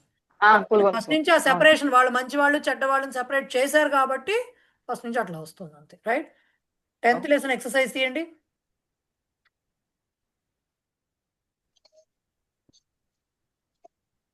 అధో నిర్దిష్టాని విగ్రహ వాక్యాన్ని అవలంబ్య సమస్త పదాని లిఖత.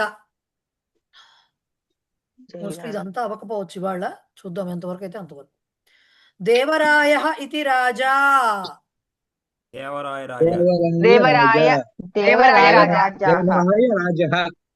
దేవరాయ రాజ. పైన వాళ్ళ రూల్స్ అన్ని ఇచ్చారు కదా, రాజన్ శబ్దంలో ఏమవుతుంది అవన్నీ చెప్పారు కదా. సో దేవరాయ రాజ సంభావన పూర్వపద కర్మధారయ సమాస. గణానాం రాజా గణరాజ. ఓకే. అయోధ్యాయాః రాజా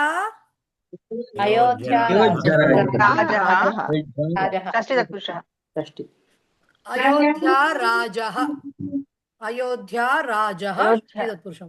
శాస్త్రిణః గృహం శాస్త్రిగృహం. ఆ త్రీ దీర్ఘం ఉండకూడదు. శాస్త్రిగృహం. ఫలం చ పుష్పం చ. మధ్యలో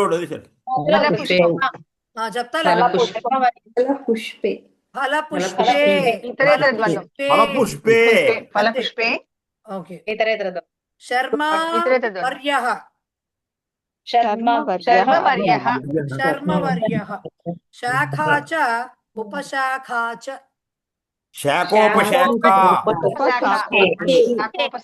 శాఖోపశాఖే. ద్వివచనం చెప్పద్దు. శాఖోపశాఖే. గోవిందస్య సఖా.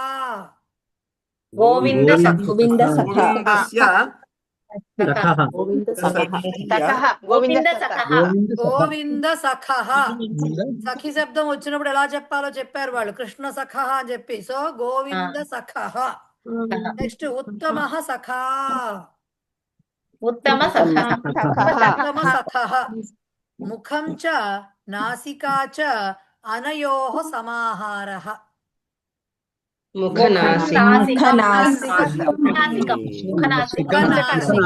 ముఖనాసికం అని చెప్పాలి. అది దీని నపుంసకలింగ రూపంలో. నెక్స్ట్ మేడం ఇక్కడ శర్మావర్య అన్నప్పుడు శర్మావర్య అది ఏ సమాసం అవుతుంది? విపుకాస అవుతుందండి. శర్మవర్య సమస్త పదం అవుతుంది, విపుకాస అవుతుంది. అది అంటే ఇక్కడ శర్మ అంటే మీనింగ్ ఏమైనా ఉందా? ఉండండి.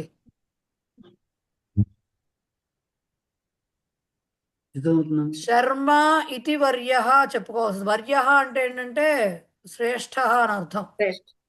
సో అలా చెప్పుకోవాల్సి వస్తుంది. శర్మ అనేది పేరు అవ్వచ్చు. ఓకే. అప్పుడు సంభావన అవుతుంది.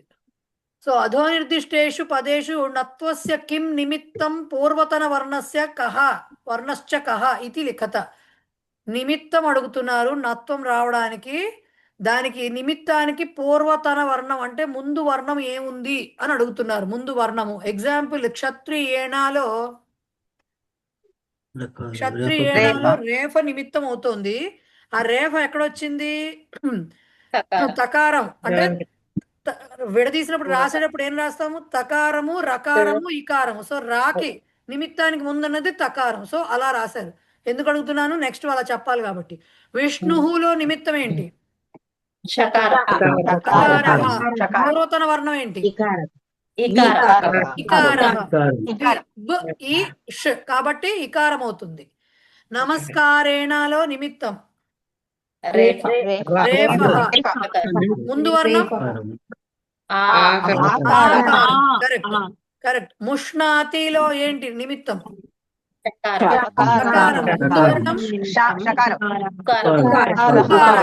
పూర్వతన వర్ణం ఉకారః. గురుణా దాంట్లో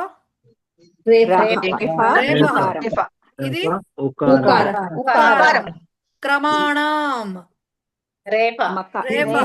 ఇది కరెక్ట్. వచ్చింది కాబట్టి కకారః పూర్వతన వర్ణం అవుతుంది. కుమారేణ దాంట్లో అక్కడ కూడా రేఫ. రేఫ ఆకారం ఆకారం. మాతృణాం రిక. ఋకారం. మాతృణాం రు రు రేఫ కాదు.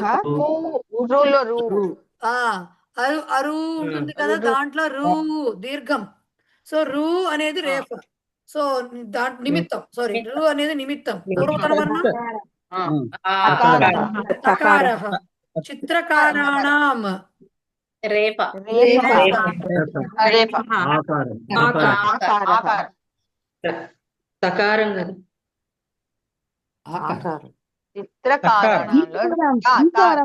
రెండు రేఫలు వచ్చాయి ఇక్కడ, రెండు రేఫలు వచ్చాయి చిత్రకారాణంలో. కానీ తర్వాత నా ఎప్పుడు ఇలా రెండు గనక వస్తే ఏది కన్సిడర్ చేయాలి నిమిత్తం కింద అంటే నత్వానికి క్లోజెస్ట్ నిమిత్తం కన్సిడర్ ఉన్నది. సో నత్వానికి నా వచ్చిన దానికి క్లోజెస్ట్ ఏముంది, కారాణంలో రా ఉంది, చిత్ర దూరంగా ఉంది, కాబట్టి అదే కన్సిడర్ చేయాలి. ఓకే, సో నత్వానికి దగ్గరగా ఉన్నటువంటి రేఫ, కరెక్ట్ గా నత్వానికి ముందు ఏదైతే దగ్గరగా వస్తుందో అది కన్సిడర్. సో రేఫ నిమిత్తమైంది. ఆ అనేది పూర్వతన వర్ణం. క్షామేణ షకారః షకారః. క ష రెండు కలిస్తే క్ష ఏర్పడింది. సో షకారము. సో నిమిత్తానికి ముందున్న అక్షరం ఏంటి, కకారః. సో క అండి, కర్మకరణం.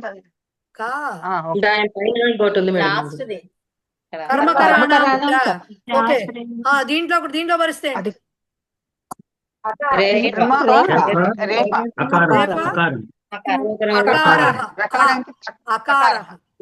దీంట్లో కూడా అంతే. దీంట్లో కూడా రెండు రేఫలు వచ్చాయి. నత్వానికి దగ్గరగా ఉన్నటువంటి రేఫని కన్సిడర్ చేయాలి. సో రా ఉంది, దానికి ముందర ఉన్న అక్షరం క, దాంట్లో అకారము పూర్వతన వర్ణం. Okay, right. నిమిత్త నకారయోః మధ్యే కే వర్ణాః సంతి ఇతి లిఖత. నాకు తెలిసి ఇది మీరు రాసుకోవచ్చు కదా. నిమిత్తానికి నకారానికి ఎగ్జాంపుల్ చెప్పారు. రామాణంలో నిమిత్తం ఎక్కడుంది, రా దగ్గర ఉంది. రకారం రేఫ నిమిత్తం, రేఫ తర్వాత ఆ ఉంది, మకారం ఉంది, మళ్ళీ ఆ ఉంది, తర్వాత నా వచ్చింది. సో ఆ మకారము ఆ అనేవి మధ్యలో వచ్చాయి, నిమిత్తానికి నకారానికి మధ్యలో వచ్చాయి. సో ఆ విధంగా ఇవన్నీ మీరు రాసుకోవచ్చు. నాకు తెలిసి రాసుకోగలరా? Okay, next. అధః దత్తానాం అశుద్ధ రూపాణాం పురతః శుద్ధాని రూపాణి లిఖత. రాజా రామేణ అని ఉంటే అక్కడ అవ్వకూడదు, కాబట్టి రాజా రామేణ అని రావాలి అని చెప్పారు. రైట్. చక్రవాకానాంకి ఏం రావాలి, చక్రవాకాణం అని వస్తుంది. నరేశేణ అని ఇచ్చారు. శకారం ఉంది కాబట్టి శకారం వ్యవధాయక వర్ణం, కాబట్టి నా రాదు, నా మాత్రమే. నరేశేన అని రాయాలి. వాహకాణం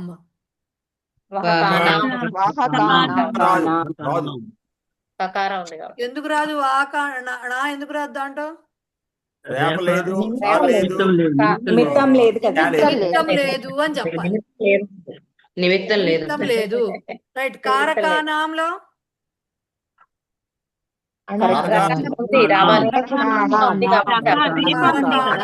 చెప్పాలి, నా వస్తుంది. బంధకాణం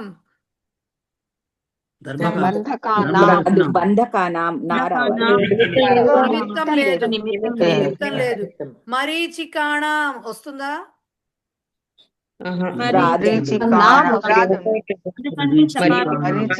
చకారం ఉంది కాబట్టి నత్వం రాదు. నిమిత్తం తర్వాత మధ్యలో చకారం వచ్చింది, చ వ్యవధాయక వర్ణం కాబట్టి నానే ఉంటుంది, అణ ఉండదు. సో అర్హాణం మహిషీనాం ఉండాలి. ఆరిజేణ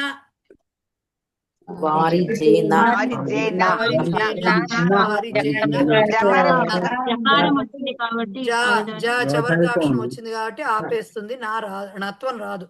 రైట్. సో ఇక్కడికి మీకు ఆ ఎక్సర్సైజ్ అయింది.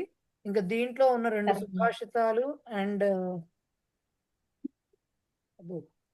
3 అన్వయాలు అన్వయక్రమం. చేసుకుంటే అండ్ లెసన్ ఎండింగ్ ఎక్సర్సైజ్ ఇవి చేసుకుంటే మనకి రేపు లెసన్ అయిపోతుంది, సిలబస్ అవుతుంది. బట్ మనకి రేపు టైం ఉంటుంది ఇంకొంచెం. రేపు నేనేం చేస్తానంటే ఇవి అన్వయ క్రమంలో ఉన్నటువంటి సమాసాలు వదిలేసాం కదా, స్టార్ట్ చేస్తాను టైంని బట్టి. అయిపోతే అయిపోతాయి, ఎందుకంటే 2 అన్వయాలు 3 అన్వయాలు 2 సుభాషితాలు కొంచెం లెసన్ ఎండింగ్ ఫస్ట్ సెషన్లో అవి అయిపోతే మిగతా వాటిలో అది కంటిన్యూ చేద్దాం. సో ఎల్లుండి మీకు లాస్ట్ క్లాస్, ఎల్లుండి లాస్ట్ క్లాస్. రేపు ఎల్లుండి 2 రోజులు పెట్టేస్తారు. చెప్పాలి కదా మర్చిపోయి, రేపు ఎల్లుండి 2 రోజులు పెట్టేస్తాను వరుసగా. సో ఆల్రెడీ చెప్పినవి కాబట్టి సమాసాలు ఎక్స్ప్లెయిన్ చేసుకోవడం కాబట్టి రేపు ఎల్లుండి 2 రోజులు పెట్టేస్తాను. ఎందుకంటే పరిచయం అయిపోయింది, పరిచయం నిన్నటితో క్లోజ్. వాళ్ళకి అసలు నిన్నే పెట్టక్కర్లేదు, బట్ పెట్టాను. బట్ మీకు రేపు ఎల్లుండి చెప్పేస్తే ఇంకా యాక్చువల్ సిలబస్ లాగా ఇవి అయిపోతే రేపు ఫస్ట్ సెషన్లో 1 అవర్లో అయిపోతే 4 to 5 అది చెప్పుకుంటే అన్వయాలు ఎన్నైతే అన్ని అవుతాయి. మిగతావి ఎల్లుండి చెప్పుకుని ఫైనల్గా అసలు ఒకసారి వెనకాల లెటర్ రైటింగ్ని జస్ట్ టచ్ చేస్తాను వాటిని, అంతే, మొత్తం చెప్పను. కానీ అప్పుడు మీకు మళ్ళీ సంక్రాంతి తర్వాత క్లాస్ ఉంటుంది. సో దట్ మీరు కాస్త ప్రిపేర్ అయ్యి వస్తారు కాబట్టి పేపర్ డిస్కషన్ అప్పుడు చెయ్యొచ్చు. అండ్ దెన్ ఈసారి కోవిదాలో పెద్ద పేపర్ డిస్కస్ చేసేంత సినిమాలు ఏమి ఉండవు, సమస్త పదాలే ఉంటాయి ఎక్కువ కాబట్టి. బట్ సెకండ్ పేపర్ ఆన్సర్ చేస్తాం కదా, ఫస్ట్ పేపర్ వాళ్ళు ఆన్సర్ చేశారు, సెకండ్ పేపర్ మనం ఆన్సర్ చేసి revision, paper discussion, doubts Sankranti తర్వాత ఉంటాయి. ఓకేనా? ఓపిక చేసుకుని ఈ 2 క్లాసులు రండి రేపు ఎల్లుండి, రైట్? అయ్యో తప్పకుండా వస్తాం మేడం, ఇన్ని రోజులు ఇలా అన్ని మిస్ అయిపోయాం. సో రేపు ఎల్లుండి వస్తే ఎల్లుండితో అయిపో. Okay, yes. ఏకతా మంత్రం అండ్ శాంతి. మీ డౌట్లు ఏమన్నా ఉన్నవి రేపు ఎల్లుండిలో చూద్దాంలేండి. ఒక అరగంట ఒక పావు గంట ఎక్స్ట్రా వచ్చిన, ఎందుకంటే మీ మెసేజెస్ ఏవి నేను చూడటానికి అవ్వలేదు, వాయిస్ మెసేజెస్ కూడా వినడానికి అవ్వలేదు నాకేవి. ఇప్పుడు మళ్ళీ 15 వెనక్కి వెళ్ళి చూడటం అనేది కష్టమైన విషయం కాబట్టి మీకు ఏమైనా డౌట్స్ ఉంటే కూడా అవి రేపు చూద్దాం, రేపు ఎల్లుండిలో చూద్దాం, రైట్? ఫైన్. ఏకతా మంత్రం అండ్ శాంతి మంత్రం ఎవరు పాడతారు? నేను పాడమంటే పాడతా, నాకేం ప్రాబ్లం లేదు. ఎవరైనా ఏమన్నా మాట్లాడదలుచుకున్నారా? నాకేం వినబడట్లేదా? లేదు మేడం, అలా ఏం లేదు, మాట్లాడలేదు. పాడేయండి మల్లీశ్వరి. ఏకతా మంత్ర యం వైదికా మంత్రదృశ పురాణాః ఇంద్రం యమం మాతరిశ్వానమాహుః వేదాంతినో నిర్వచనీయమేకం యం బ్రహ్మ శబ్దేన వినిర్దిశంతి తైవాయమీశం శివ ఇత్యోచన్ యం వైష్ణవా విష్ణురితి స్తువంతి బుద్ధస్తథార్హన్నితి బౌద్ధ జైనాః సత్శ్రీ అకాలేతి చ సిద్ధ సంతః సాక్తేతి కేచిత్ ప్రకృతి కుమారః స్వామీతి మాతేతి పితేతి భక్త్యా యం ప్రార్థయంతే జగదీశితారం స ఏక ఏవ ప్రభురద్వితీయః. శాంతి మంత్రః ఓం సర్వే భవంతు సుఖినః, సర్వే సంతు నిరామయాః, సర్వే భద్రాణి పశ్యంతు, మా కచ్చిత్ దుఃఖభాగ్ భవేత్. ఓం శాంతి శాంతి శాంతి. ధన్యవాదాः మహోదయ. ధన్యవాదాలు మహోదయ. ధన్యవాదాలు మహోదయ.